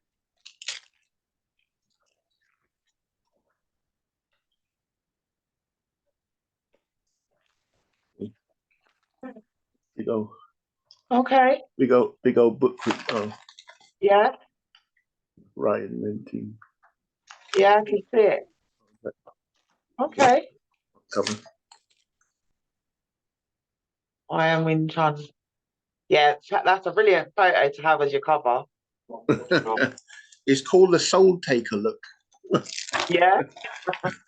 I can explain about the Soul Taker look, but it's more about a tournament thing. I'm not. I'll borrow it then. But in this book, I talked about how many fights I've had on the door because of some idiot who thought they were Superman, or because some situation got blown out of proportion and someone decided to attack me, thinking that I wouldn't hit them back because they're a woman, or I wouldn't hit them back because they're smaller than me, or whatever. Yeah. And they were wrong. I'm going to hit you back. I don't mind. I don't mind what you look like. And people in the book, I was writing about people's reaction to what I did to someone who attacked me, whether it be woman or someone smaller than me as a man. And I was like, why did you have to beat him up? This is a woman. I'm like, do you not see the knife that she was trying to flatten my throat with? Did you not see that bit? Yeah, so what are you supposed to do? Just stand there and let her slash me and then bleed enough that you might take pity on me. You know, why did you beat him up? You're twice the size of him. Did you not see his mates behind there trying to get me as well? Yeah. And that he was trying to kill me. You didn't see his hands around my throat trying to get me. You didn't see none of that. But you just see the end result of him mash up. And then all of a sudden it's my fault and I'm a bully. So I've had loads of complaints because these people have obviously followed up and said, no, he's out of order. He shouldn't have hit me back. He shouldn't have hit me. He shouldn't have hit me so much. He shouldn't have given me so many injuries. He can't be allowed to get away with this atrocity of hitting me because I wanted to get into the club. You know what I mean? So they take me to court and I had to work out. I tried to guesstimate over the years how long I've spent in court. And I tried to say, well, it's 5 days for that one, 3 months for that one, 2 minutes. And I tried to work it out. It took me a really long time. And I finally worked it. I took it up with days because like, when you got an hour in court, it's the whole day. Yeah. Right. So you have to cancel your whole day because you don't know how long you're in court. Right? So I took it as 365 times 3. 365 days, 3 years, 365 days times 3 is how long I've spent in court sorting out shit to do with violence and people and crap that's happened on the door and in my life. Even in all because people can't handle themselves and you were doing your job. When I was it's not even that. When I was 15, I was arrested twice in my school, right? Different occasions for violence and stuff like that. So I had to spend time in court. The last year of school, last couple of years of school, I spent going every second Wednesday to court with my dad for one case. What? Yeah, for one case. And finally they decided to release me into my dad's custody and put on probation. And I remember telling the judge, can I go to jail, please, instead? Right? And the judge laughed. He said, take it down, take it away. And so being released into dad's recognizance means that if anything goes wrong, my dad's responsible. Is that what I mean? So my dad sat me down. And, you know, normally my dad would be Helen Powderhouse business. You know what I mean? Yeah. But this time he sat me down because it's getting close to examination time. And, you know, GCEs, you know, back then it was O levels and CSEs. Yeah, O levels and CSEs. Not GCSEs and MBQs and whatever. Right? But like, you're going, look, you've spent a lot of time out of school, so obviously your work is finished. And it's just like this. I'm sitting across the lunch, you know, dinner table. Yeah. Right. He's just talking to me. Nothing. He's just sit down. I'll talk to you. Oh, okay. What's going on here? He says some sneak attack coming. He's gonna box me up now. He's come back from court. He said, "You're lucky. You got away with this one. This one you could have end up in prison for this. So all that's going to stop. If you need a tutor to help you with physics or help you with maths or anything, then you let me know and I'll help you out with that, because you're going to pass your exams. Because if you don't, I'm going to kill you." And he said it. Wow. And he said it just as I said it to you. Right? So there wasn't no, if you don't do this, there wasn't none of that. It's just like, it explains me, look me in my eyes and said, because if you don't do it, I'm going to kill you. And Yeah. Just left it that way. Yeah, I got straight A's. Yeah. Because you know. I do. That's my dad. He's promising me shit. Yeah. He broke up my Tonka toy. Yeah, he's going to do that shit. Yeah. Is he going to kill me? Yeah, he's going to kill me. Straight A's, mate. 7 O levels, 6 O. I remember all the ones. I got physics tutor, maths tutor. I remember the tutors. I hated them. I hated them too. I remember them to this day. How much exactly what their breasts looked like. I hated them. But I knew that these people were saving my life. So yeah, like that.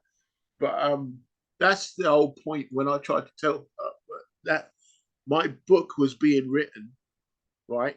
In 2008, I finished that book.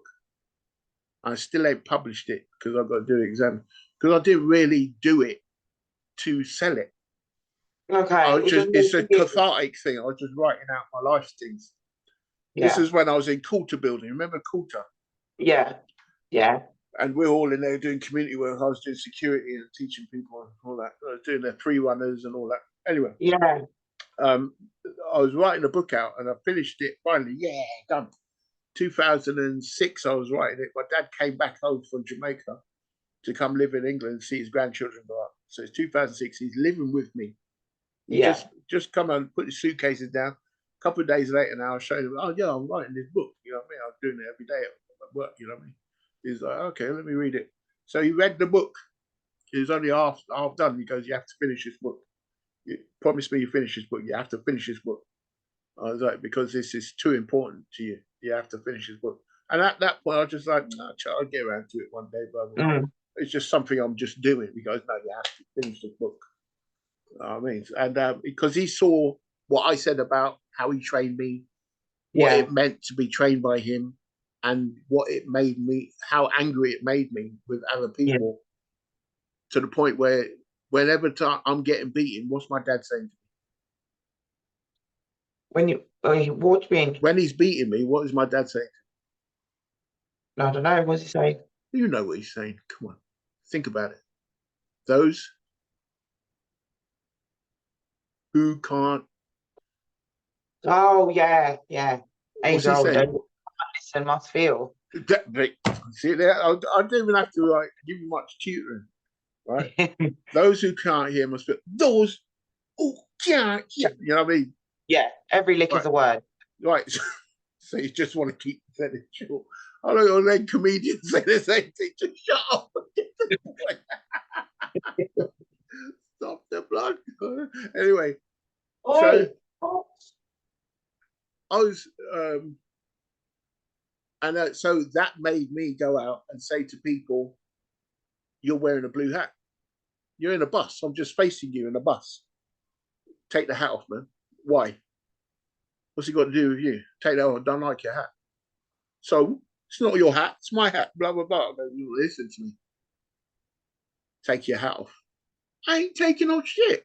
You're not hearing what I'm saying to you, bro. Those who can't hear." Mm-hmm. So I'll be racking up people in the bus because they're not taking off their hat. So he saw that he produced that.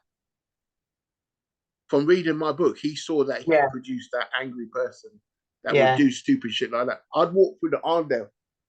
See that Arndale back in the day, not the moon, the Arndale. The Arndale with the flamingos and shit. With the pink flamingos, yeah. Walk through the Arndale dead straight. I ain't moving for no one. And I'm going at pace. I ain't stopping, I ain't moving no one. Someone bunks me, they're getting it. Yeah. So I'd have like 6, 7 fights before I get from, let me think, Argos. Yeah, oh gosh. To Tesco's.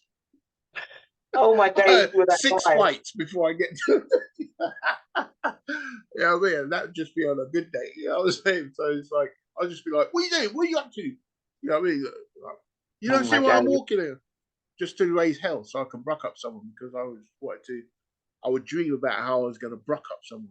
I'll be writing down, I'm going to stamp on their throat and then I'm going to rip out their fingers. And and he saw all this horrific shit I'm writing in there about what was going through my brain. And in the book, I write about the fight, right? I did this, I did that.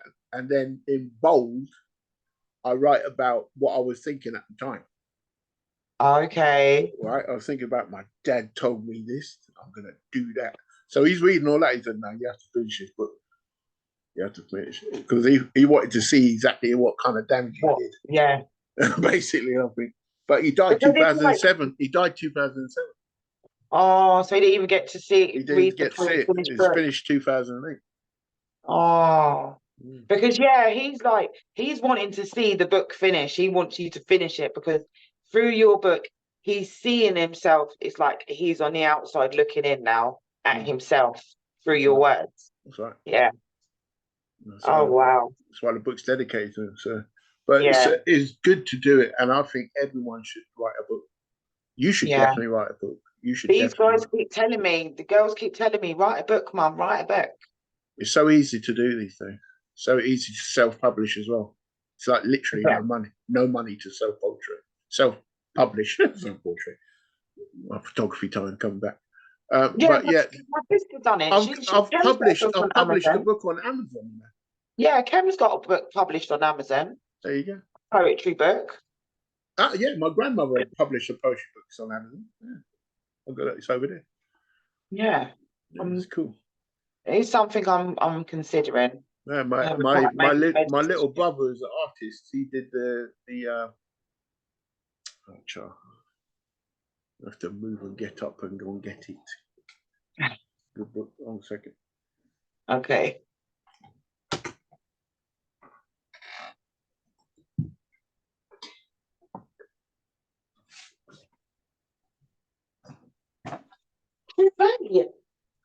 Go and wash your hands now and get to bed.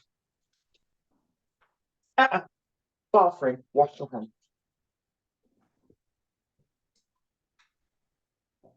I don't know why you have to do that, little boy. So unnecessary.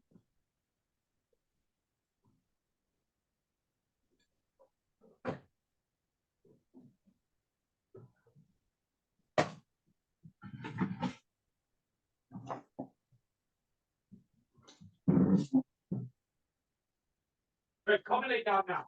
He has to wash his hands because he was picking out food out of the bin.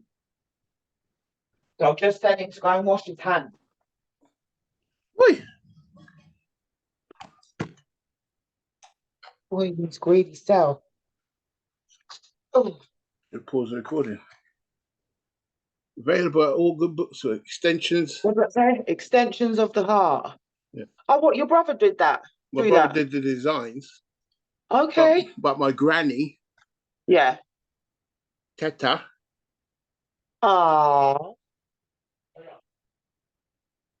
was 99 when she finished his book. Really? She lived to 102. Oh, wow. So shit, her Oh, daughters. wow. Go on, your granny.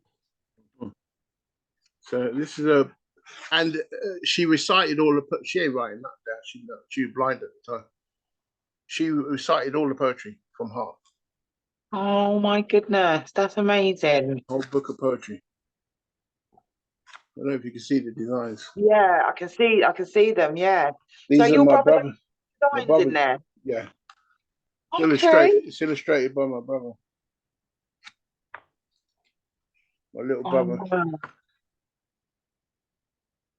I'm trying to find And another that, picture. oh, that's brilliant. Yeah. But yeah, do it. It's very cathartic when you do it. Surely. Yes. I think I might make a start on that. It might help me to just get Have I everything out. inspired you?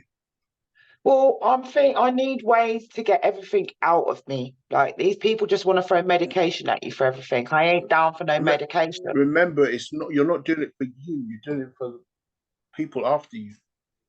I'm doing it for me and people after me. Well, yeah, I'm it will doing it help for you. me It will first help you, because yeah. I feel like I need to get everything It'll be out of me. therapy. It'll be therapy. Yeah. And then anybody after me reading that can help them, because there'll be many different things that they can relate to. Will it be poetry?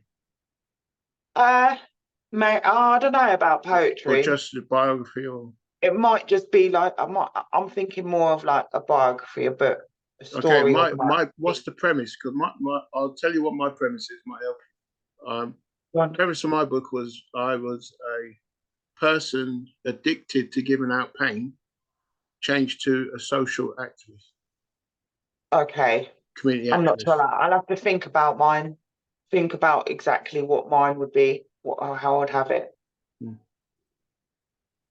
So the things that happened to me made me what I am today, which is helping other people by any means necessary, kind of thing. Making sure people are strong enough to say no to the wrong people. Yeah. You know, that kind of stuff, not be bullied, not be a bully, all that kind of stuff. Because I found out I was a bully after it became known in my school that I was a bully for bullying the bullies. I was the person everyone run to, like I'm Superman, you know. Oh, there he is, his cape is flowing. You know, he's got his S on his chest, blah, blah.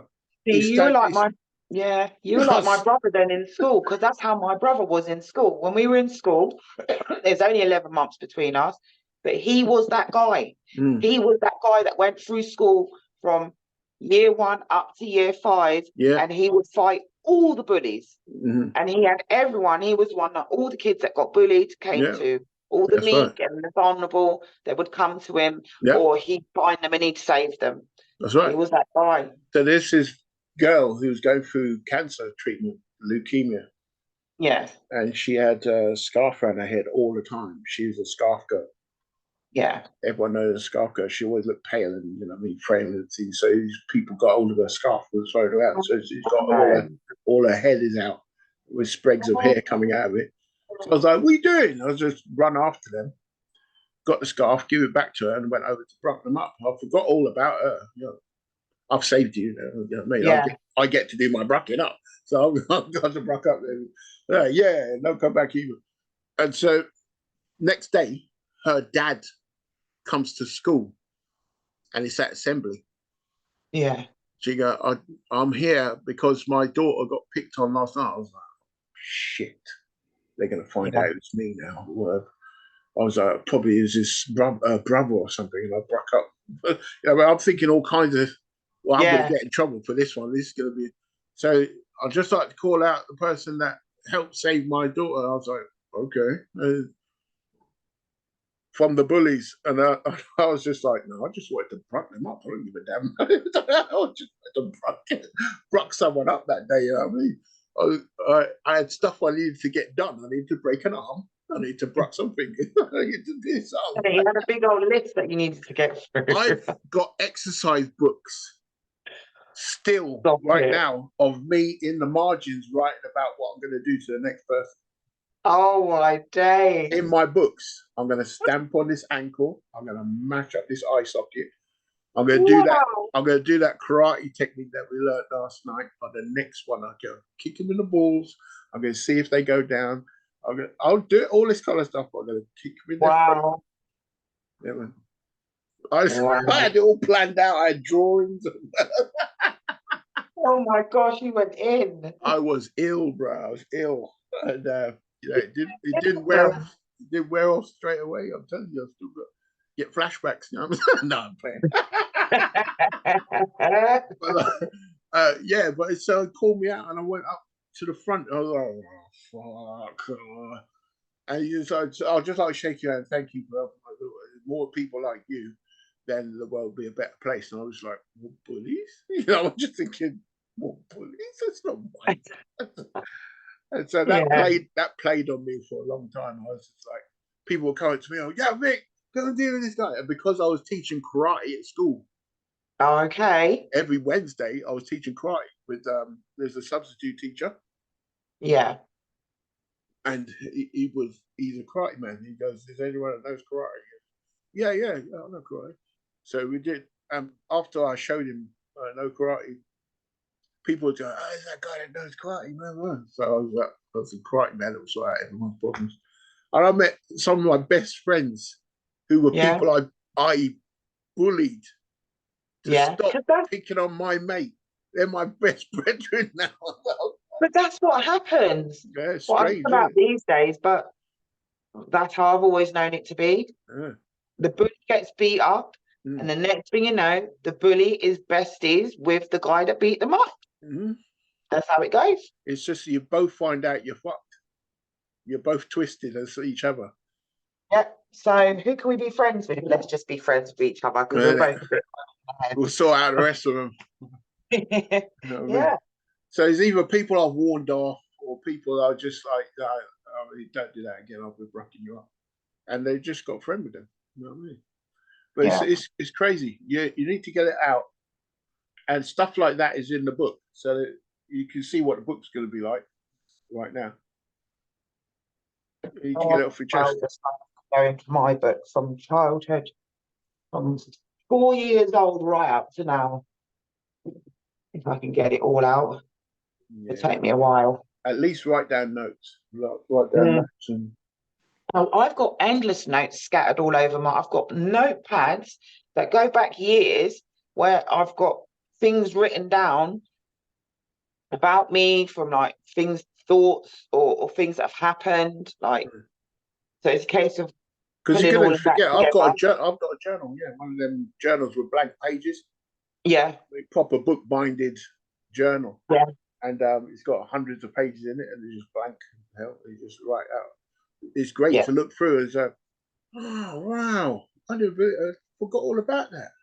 Yeah. So, you do need to catalogue it and stuff like that. But like when you do the book and you start thinking about how you're going to section it or chapters, what the chapters are going to do. I've got 10 chapters in there. I've decided I'm going to do 10 chapters, not 3, not 8, not 9, 10 chapters. And I'm going to make sure it's from the beginning to the end. And so it gives you a structure with like a beginning, middle, end kind of thing. Yeah. And so you know it's going to be finished by chapter 10, and not going nowhere chapter 11. So you've got to get it all done in 10 chapters. So in 10 chapters, kind of sections it all out. So I'll help you if you want to, but I doubt you need it. But like, as soon as you start writing, like pen writing, because these publishers will try to rip you off. Yeah. Say no, just do it on computer and send us the file. So you got nothing in your own handwriting to prove that you're the one that made up this stuff. Yeah. No, I already learned my lesson from that. With working within community business, mate. There you go. So always write down at least a premise and everything like that, and date it, and put it in a letter and send it to yourself, and without opening it. Do not open it. So it's kind of like self-sealed. You know, there's other ways you can copyright it. I copyrighted games in the past that I've made up. There's a martial arts game I made up. There's a hip hop game I made up. And I've copyrighted both. They're all protected information. I had to get a seal and all that kind of stuff for it. L'essence. And it's all worth it, because you never know when someone can make money from what you might think is crap. And it was what was I going to say?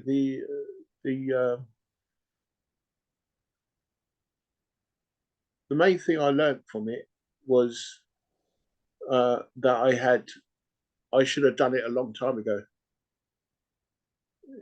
So basically, just get on with it. Just get started. And I have because I've written it and I finished it in 2008, and I printed out. Someone that was there watching me write it was coming in and doing my sandwiches for me for my security courses. Okay. And she would look over my shoulder. Is it done yet? Is it done yet? I go, no, I'll give you a copy when it's done. And so now, for her, we're all done now at the place. Well, and we moved out 2009, I think it was something it was. And she's sees me around the town. Have you done it yet? And I'm like, oh, right, I'm gonna do it. And she goes, my birthday next week. I was like, so I go. So I printed it up. Remember Office World? And I printed it up in A5, and it cost me 25 quid to get it printed up into like a binded book for her, and I give her a book for her birthday. Oh. So she's got one. She's read it a long time ago, but I've made loads of changes since that one because I had to. So because they said the changes I've done in it was legal ones. Because I've used the person, if it's Alan Smith, I broke up. You know what I mean? At the club or whatever. I broke up Alan Smith in 2000. And they said, no, you can't do that. You're going to get lawsuits for the rest of your life, man. So change the names to protect the innocent kind of thing.